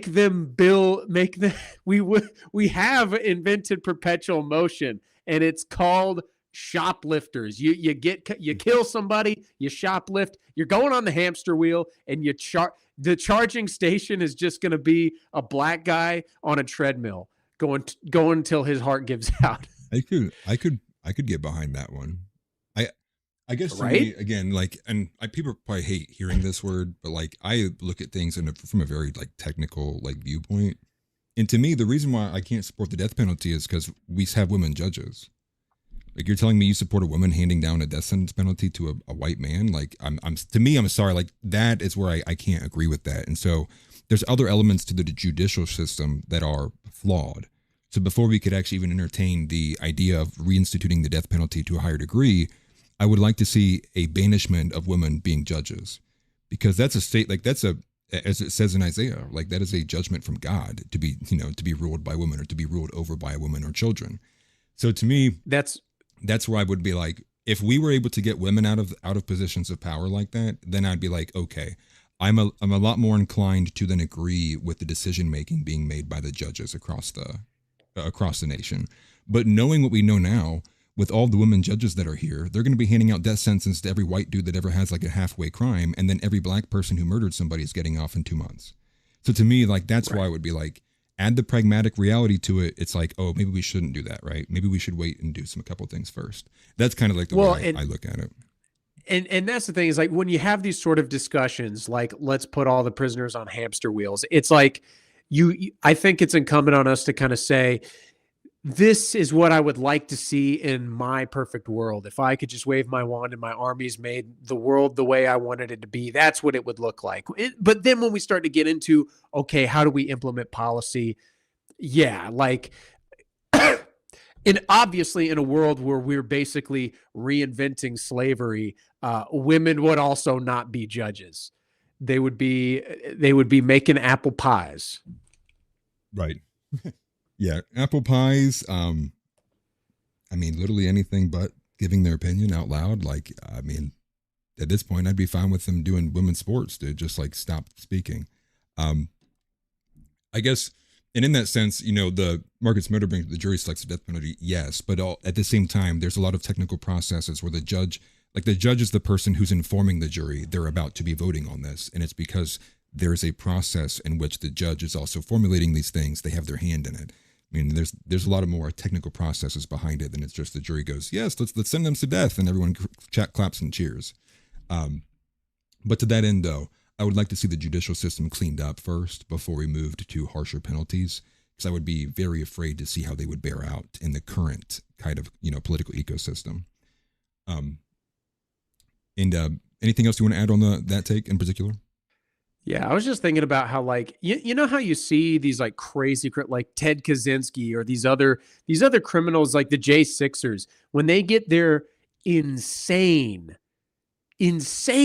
unfair like judgment passed down on them, they're cool as a cucumber, and they don't, dude. You see these videos of like the black guys, they get like they're like, okay, 20 more years, and then they like jump at the judge. Yeah.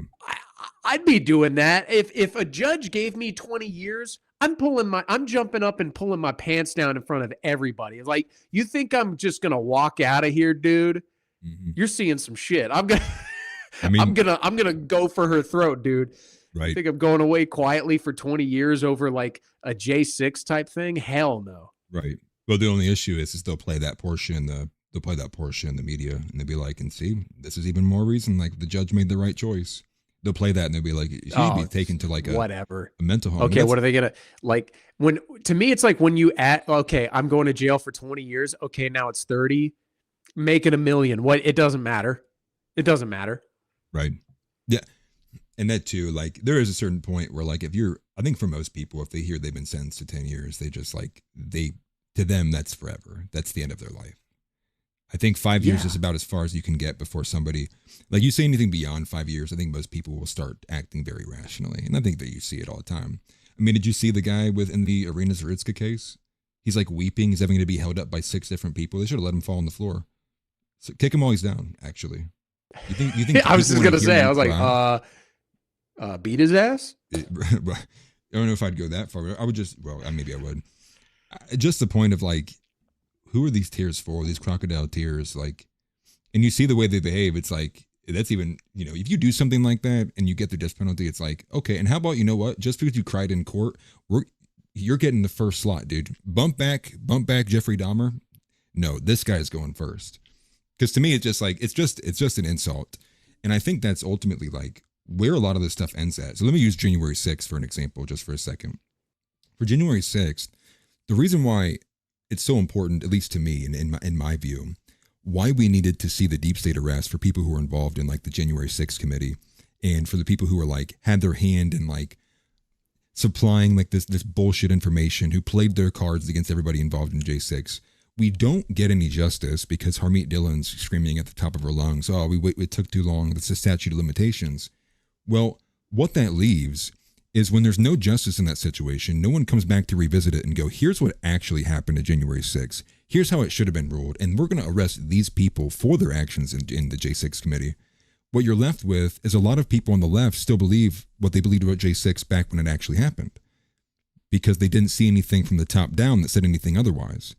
So they're still left in their mind, justified on how they feel about January 6th because there was no actual justice element that came back in on the back end to clean things up. Right. And I think that's why it's important.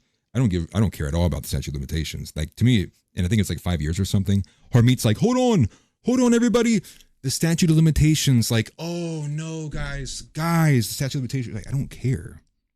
Like, put a king in there, rip up the statute of limitations, throw it in a fire. These people committed crimes against the Constitution and their fellow Americans. They need to go to jail. That we can't stand and sit here and because, well, it was 5 years and Pam Bondi's just too dumb of a dumb bitch to get shit done. Well, I guess nobody gets justice. No, like that can't be the answer moving forward. But unfortunately, I think that will be the result that we get with January 6th. But I feel like you were going to say something. Dude, the statute of limitations thing is bananas. I'm in full support of a kangaroo court. We are like, just undo the judiciary. Like, just ignore it. Right. It is beyond broken. And we talked about this. I think it was on Founders. It was on one of our 10 shows. But we talked about how what was it? I think you brought it up, how there are like hundreds of millions of laws on the books. There is no way they don't contradict each other. Hundreds of millions. Like, the whole, it's so vast that it is whatever it is whatever you want it to be, and therefore it is nothing. Yeah. We know what is right. These people have committed treason. These people are subverting the system that you are so desperate to uphold. Okay, if the system is getting in its own way, to hell with it. Bye. Right. Like, what are we preserving at this point? You know, the wigs and the black robes. This is the last cathedral in the United States where a man is truly put in front of God and judged on what he did as an individual. That is bullshit. Yeah. Well, I'll use the Monopoly example of time and time again, and people probably hate hearing it for the millionth time, but I'll say it until people get it through their heads. Well, I imagine people got it through their heads now at this point.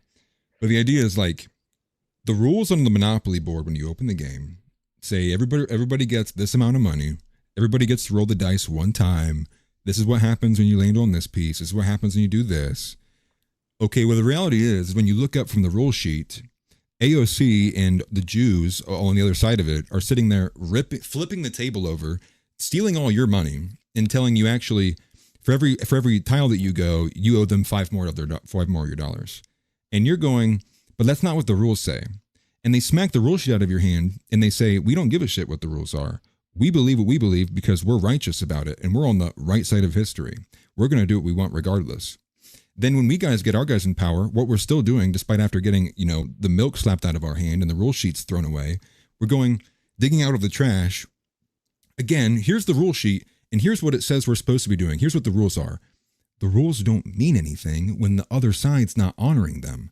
Rules only mean something if they are actually framing everybody and a boundary for all. When they're only a boundary for one person, that is just a liability. You have to move away from it. You have to be able to adapt, move outside of the box. And it seems that a lot of people are stuck on that. They're stuck in this framing of like everything has to be done through the specific process. And it's like, if we do that, we won't be here. There will be no white people by the time we get to that rule set. So to that end, that's why I'm like monarchy. But go ahead. Dude, absolutely. And these boomers, they think it's virtuous because we're upholding the principles of the founders. Okay, well, what principles were they upholding? And also, okay, when I get to the pearly gates, I hope George Washington doesn't judge me too harshly because there was one time where I secretly thought that the ruling a woman judge came down with may not be valid because she's a girl. Like, who cared? Dude, you only get brownie points for being virtuous when it's Christian virtues because those are the only virtues that matter. Right. The right economic system, the right government, like that's all meaningless. Right.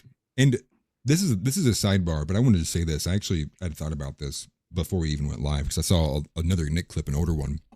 And this is for all the people who like might be feeling black-pilled, and might be feeling dismayed or have a bit of despair or like, taking heat from their personal family members or like where they work at for like maybe donning the America First hat or maybe being a bit more vocal about how they feel.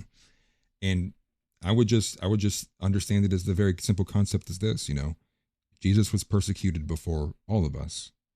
Right. And I think when you are experiencing the extreme levels of like being persecuted, you know, and being attacked and told to shut up, don't say that, we can't do these things.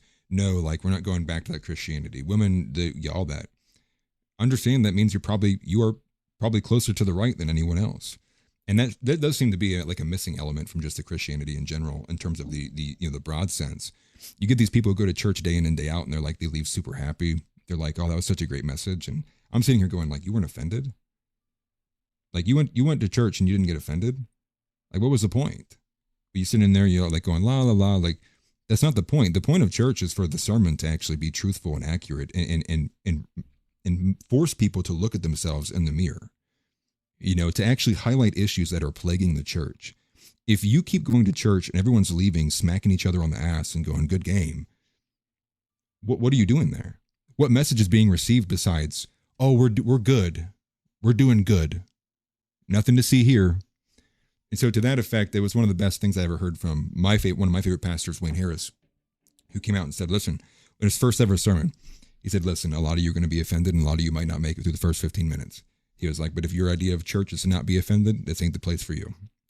And it's very rare to see that kind of fire and brimstone anymore. But again, for anybody who might be feeling down in the dumps for maybe they're being, you know, pressed or pressured by people in their life, girlfriends, wives, family, workplaces, just know, like, it is an honorable place to be, and like, do not give up. Like, you're making these choices and these sacrifices because you have conviction when others did not. So keep at it. Beyond Hell that, though, yeah, dude. But go ahead. Heaven, yeah. Heaven, yeah. That's funny. One other element we wanted to go to was this portion with Asmongold.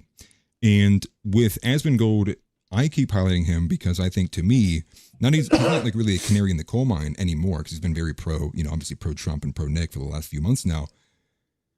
I view him still, if he is considered like the biggest streamer in the arena, his takes mean a lot in terms of like a heuristic of like, how does the average kind of young man feel? How does the average kind of young man who maybe relates with Nick, Asmongold, how do they feel? So we have a series of these kind of takes from Asmongold, and he's agreeing with him on all fronts. Two of them he agrees with Nick directly, and one he agrees with Asuka Groyper. So shout out to Asuka Groyper. But here's his first one.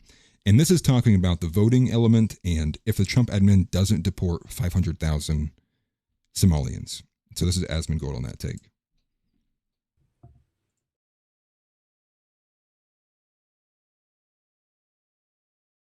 The Trump administration doesn't deport 500,000 Somalis from Minnesota in 2026. They're just playing games. Stop talking and do something about it. Absolutely. Abso-fucking-lutely. Very glad to see this happen. 4 a.m. raids, flashbang grenades, automatic rifles drawn, indefinite detention without trial, wanted posters, etc. If that happens, it will be like a dream come true. I would wake up in the morning and I would just say, yes, bro. I would be smiling before I opened my eyes. I would be like, yeah, not happening. I know it's not going to happen, but that's what they should do. If the Trump administration doesn't. Just to show you a snippet, I like the fact that Asmongold's been getting more and more and more vocal. The only issue is there's still portions of him that's like not like Christian nationalist, America first, like all the way. He's still a bit more like generally red, like right wing. And so to that effect, I'm kind of curious, how soon do you think until Aspen disagrees with Nick? Do you think that moment is coming soon, or will it ever?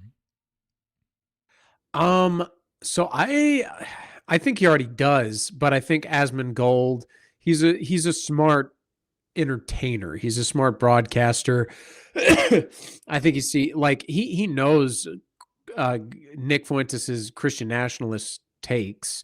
I think he just also knows it does him no favors to heavily disagree with them if he does, which he probably does. So I think an open disagreement between the two is actually not in the near future.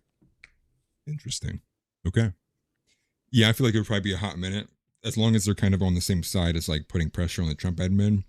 I guess the way I see it happening is there might be a time where Asmongold will be satisfied with what the Trump admin has done, but Nick won't be. And so maybe to those ends, it'll be Asmon might be going like, well, hold on, we got this much. Let's not cry for more. Where Nick is going, no, we deserve better. We need more. Just like, to me, just kind of hypothetically thinking. But we are close to the end of the show. And so I want to actually go back and revisit some of the previous shows from Nick, some of the last stuff that we didn't get a chance to cover. And the first clip I want to go to was maybe one of the best little riffs from Nick I've seen in a long time. And this does talk about the message that needs to be sent to the GOP as we move forward through the midterms we approach the next election. And that was verbatim him saying, quote, "There is a loaded gun pointed at the GOP." And this is that clip here.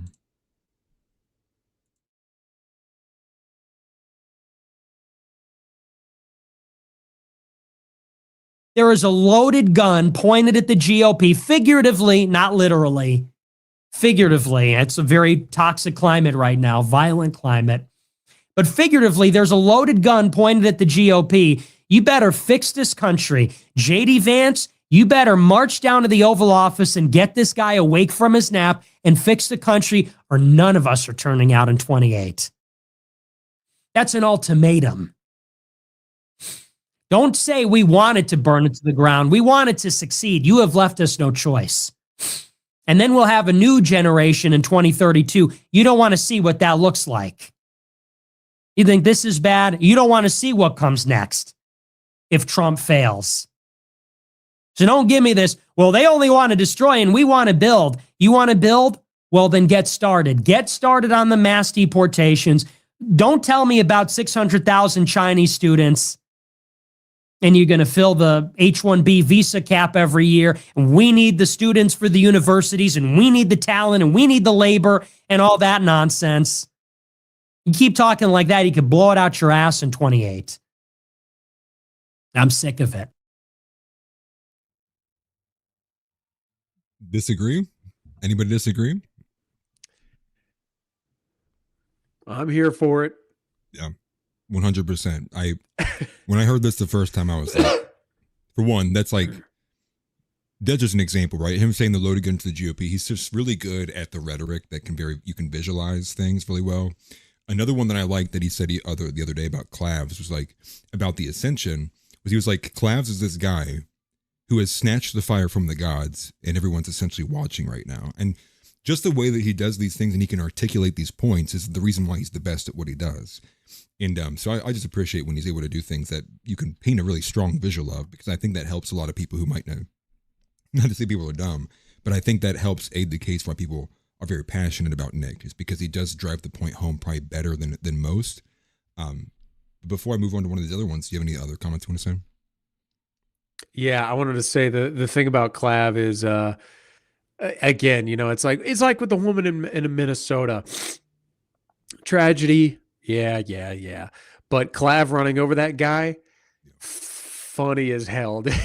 Yeah. And he was agitator. That was some Homelander, Billy Butcher. We're killing, who cares? Some dirty homeless Mexican guy got killed. He didn't get killed, but he ran over with a Cybertruck. Yeah. That's funny, dude. It was funny because literally the audio clip. Well, the guy in the passenger seat says, "Oh my gosh, did you kill him?" And Clav goes, "Hopefully." It's just those kinds of moments you can't, it's hard to generate organically. It's like people just are. You either are a Wang half or you are not. It's only one or the other anymore. One I want to go to, this is hilarious actually. If we go back to Vivek, I think we'll probably end on Vivek. I love the edit a lot that I played earlier, but this super chat, the username. Yeah, I was going to say we should go to that one. Dude, I laughed at this for at least 3 straight weeks. I have it saved in its own folder in a bookmark somewhere. It is, if I'm feeling down, I go and find this clip. It is so good. And here is this funny super chatter.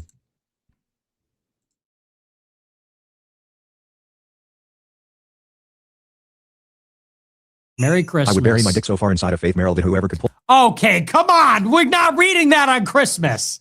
Don't attack little Faith Merrill. She's a sweet, nice girl. That's actually disgusting. Don't say, we can't call this a Christian movement and then say stuff like that. We might be able to say it in general, but not about a particular Christian girl that we know. Don't do that. Gross. So the super chatter name in question, for those who didn't catch it, to go back here, the name, if this is the name, this is not the chat. There's like no message, I don't think. The name of the super chatter says, I would bury my dick so far inside a faith marrow that whoever could pull me out would be crowned King Arthur Groyper.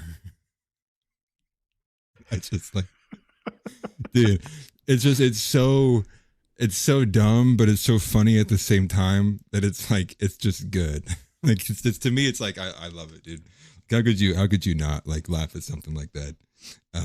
So shout out to whoever that Groyper is. What a fantastic super chat. And you can tell from Nick's reaction in the media. He's Excalibur Groyper. Is Excalibur Groyper? What would the message say after that? Nick didn't even let it get more than like 2 words. He said, get out of it, dude.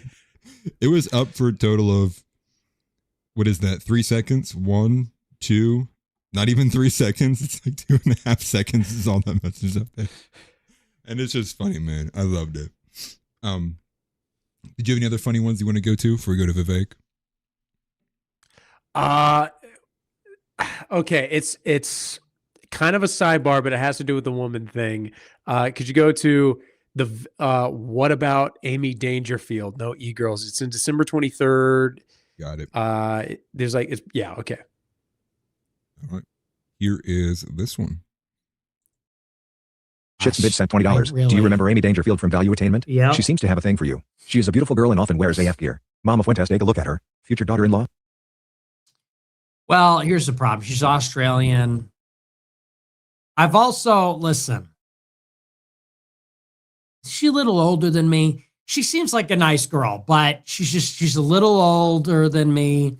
She is from another country. I don't know. She's an e-girl. You know how I feel about that. But she's very nice. And she's pretty. But we got to do no e-girls. It's going to be that time, though, for the old man. I think I need the baddest Groyper. Who is the baddest Groyper? Can anybody tell me? Who is the baddest Groyper by far? And how old is she? Because I think the old man's getting ready to settle down. Jantala sent $20. Shits and bitch sent $20. I mean, So he's getting old. Dude. Before, yeah, I know. Me too. Before we kind of get into the Vivek thing and then wrap the show, I wanted to say this because this is a reminder to Nick's message from 2017. No e-girls, not even once. And Amy Dangerfield, because listen, Amy Dangerfield is cute as hell. She's hot. She's super cute in like that kind of charming type way. Look at you. But here's the thing. So like I follow her on Instagram. It is like gym pics. And get this, on Thanksgiving, I got like a notification. She like came out with a new podcast, and her producer, I didn't realize this, is her husband. That she's married now, or engaged at least. And this is why the woman pill thing is so important, because this dude was fawning over her. And on top of that, she is fawning over Nick. Like she posts on her Instagram story, Nick clips. It's all Nick, and then it's her in the gym with like black dudes behind her. You know what I mean? Like no e-girls, never, ever, ever. And you got me confused. It sounded like you were do? simping there for a second. I about ended the stream. I about hit the big red button, dude. I was like, hold on, dude, no like, simping allowed. A lot of these right-wing girls, they've got like that whore aesthetic. You know what I mean? They look like busted bitches. Amy Dangerfield has that kind of like homegrown church girl type vibe, but she's not. It's the anglerfish. It's the little glowy bulb thing in front of you. You can't fall for this. If she has a phone, she's the devil. Listen, never e-girls, not even once.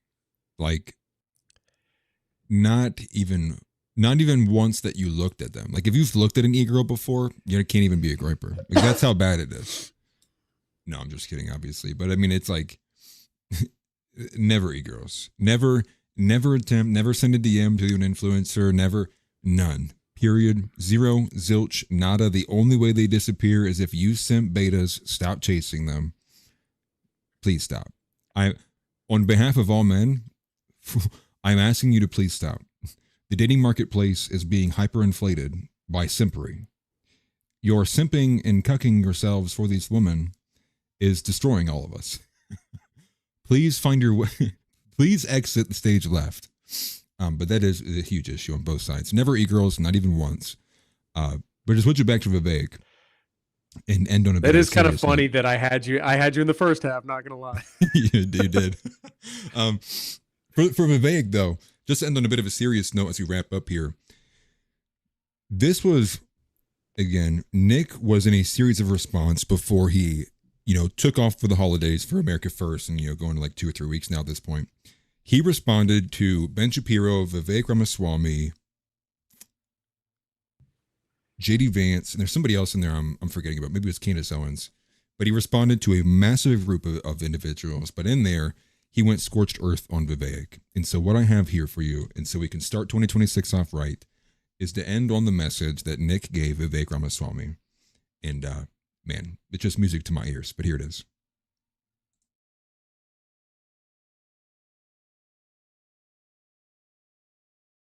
You walk around in a suit with your fucking disgusting bare feet. You walk around with your big, stupid fucking head, receding hairline, pompous and arrogant, lecturing Americans on the founding because you read a couple of books about it. Like this is your home. This is not your home. And you know it's not your home. That's why you married an Indian and you had Indian kids. You gave them Indian names. You didn't assimilate. You didn't even adopt the religion of our country. And you go around telling us that we don't even have to speak English to be American. Fuck you. You should go back to India where there's a lot more people like you. There's 1.5 billion Indians in India. And you don't have to worry about being called a Jeet there because there's 1.5 billion fucking Jeets in India, and they won't call you one over there. Go live there if it makes you feel uncomfortable. If you want to live here, give an ounce and a shred of respect to the people that built this country. We're not asking anymore. We're telling you.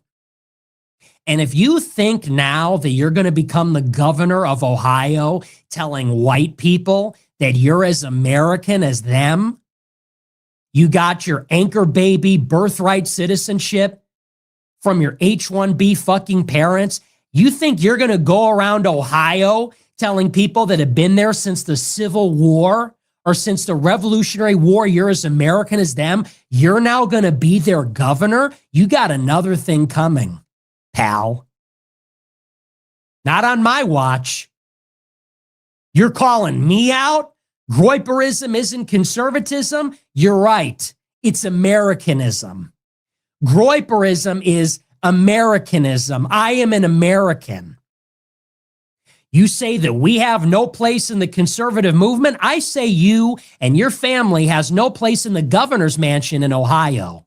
You want to call me out? You think we have no place? I say we'll see you in Ohio. I'll see you in 2026. And I hope I see every other American, because you know what? I don't care who wins this election. It's a small price to pay. People say, well, who else are we going to vote for? Are we going to vote for the Democrat? I don't care who gets elected. If it's a Democrat, if it's another Republican, it is a small sacrifice. It's a small price to pay to send a message, which is that the Republican Party cannot continue to cut off our heads and shit down our throats with this. 90% of the voters for the GOP are white. Did you know that? 90% of the voters that cast a vote for Trump in 2016 were white people. And all the Republican Party can do, really, since New Year's Eve last year, whether it's Sriram Krishnam or David Sachs or Elon Musk or Vivek Ramaswamy, is to remind those white people that they're not entitled to their own country, that their own country isn't their birthright, that their own country isn't theirs to give to their children. And they're doing it with Jews and Indians like this. Jews and Indians who are going to browbeat and lecture us about anti-Semitism and anti-Indian slurs. No one's going to call us Jeets and no one's going to call us Jews. We're just as American as anybody. This country's for everybody. Well, if it's for everybody, then let the Indians vote for you. If you're as American as us, let all the other Indians vote for you. No white people should be voting for Vivek Ramaswamy then. You cannot continue to insult our race. You cannot continue to insult Americans and then expect them to turn out and vote for you. Why? Because you're in favor of health savings accounts? Fuck you. Because you're in favor of the free market? Because you're in favor of what? An AI regulation moratorium? How did you even make your money? You move money around for billionaires? What did you ever invent? You compare yourself to Thomas Edison? You compare yourself to European inventors? The difference is that Europeans are geniuses who invented things. You invented nothing. You are a scammer. You made a fake drug that didn't work. You gassed the price up and then you sold it. That's the difference between you and Vanderbilt, you and Rockefeller, you and Thomas Edison, you and every other European genius. You are nothing. Go back to India. You don't want to be called a Jeet? Go the fuck home then. It's despicable. What a beautiful, beautiful message to send to Vivek. As we start 2026, the energy remains the same. This is Wigger winter. This is Wang Half winter. This is the time for Americans and Groypers to take the country back. A couple bits of housekeeping. The channel is not demonetized per se at all. There's just a little bit of a gap in terms of the AdSense account, so we'll hopefully get that cleaned up soon. It should just be a temporary thing. We should be able to get super chats and memberships back on track in the coming weeks or so. So expect to just be a little bit of a hiccup. And in addition to that, we no longer have the Sunday show on Sunday. And the Founder Show is actually what it's actually called. The Founder Show is going to be airing on Monday. And that'll be here on NAV, and it will be featuring Tom Foe. He will be joining us, and the conversation will center more about the generational gap between Gen Z and the generations before them. And that will be airing at 3 p.m. Eastern Time, 3 to 5. It'll still be the 2-hour window, but it'll be in a different little bit of a time frame there. That's all I can think of for right now. Josh, anything to add? Yeah. Again, check that out. I've spoken with Tom briefly. He's a really cool dude. He's a young man. He's not that much younger than me, but he's got a youthful vibe to him, which I really like. I think he's going to add a lot to NAV. So I'm excited to bring him on. From the clip, though, before we sum up, I just want to say I was kind of curious. I looked up famous Indian inventions while that clip was going on, and the two that stood out to me the most were flush toilets and shampoo. What did they forget? Yeah, that's what the Indians invented that stuff. That's what AI overview says. Doubt. Yeah. Press F for doubt. Press X, doubt. Yeah. I don't know about that. But I did see all the comments. People were saying they wanted to super chat and the membership and stuff. That should hopefully be coming back very soon. I'm hoping it's not going to be too much longer. So expect similarly with Monday show, we won't be able to probably do super chats then either. But again, for all those who are here, if you haven't already, smash the like button. That helps the show tremendously. It pushes it out to people who might be like-minded just like you, gets the message out there even more. And also subscribe if you have not already. And also follow all the creators here. The link should be in the description below for all the creators here at NAV. That includes myself, who is the best one here, and then Josh, who's I would consider number 2. Then we have a couple other guys who are kind of... I'm sorry, I couldn't hear that. The frogs disagree. The frogs below us, they were looking directly at me, number dude. 1. They were nodding their head, dude. They're like, yeah, we know, dude. No, I'm just messing, though. But go and follow all the creators who are involved, including Tom Foe as well. That's John Ward, Zeb Boykin, myself, and Josh Vandernord, as well as KinoFlex, too. Well, KinoFlex will probably be getting involved in a bit more as well, too. He's probably maybe the least known member so far of everybody. But beyond that, as always, Christ is King. But before I sign off, I'll turn it to Josh. I'll let Josh sign off first. Yeah, I just, again, happy to be back with you guys. Atlas, fun show as always. Enjoy being here on the Groyper Report. Excited for Nick to come back, see what his takes are on all the stuff that's transpired, and who knows what's going to happen in the following week. And guys, 2026 is a big year for the New American Vision, so stick around. And I would say, and again, thank you, Josh, for being a part of it. We appreciate you, and appreciate everybody for being here, too. I would say, in addition to everything, obviously, Christ is King. Seek first the kingdom of God. It's the one thing that matters, one value that matters more than anything, beyond anything. And I would also say, 100%, you have to remember who you are. Take your own side. Wang half. This is our country. But as always, Christ is king. Deport Kash Patel. Deport Pam Bondi. And chain all women over the 125 pounds to a kitchen sink. Don't let them leave. And God willing, guys, we will get our country back. We'll see you guys next week. Take care. Where do you stand politically? Give us your political ideology.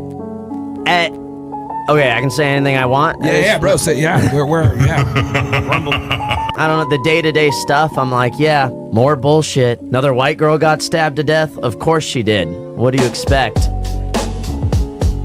For my politics, I just watch America First with Nick Fuentes. Okay. I consider myself a Groyper.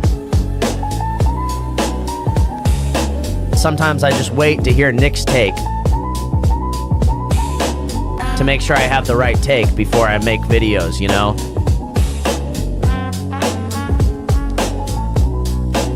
So, yeah, I just go with what Nick says. I just defer all my political opinions to Nick Fuentes at this point. I'm America First. I wish that we had white Christian men running the country. It's unbelievable to me that we have a government that has a policy other than America First. How does that make any sense? We pay taxes, like, use our taxes to benefit the country that we live in.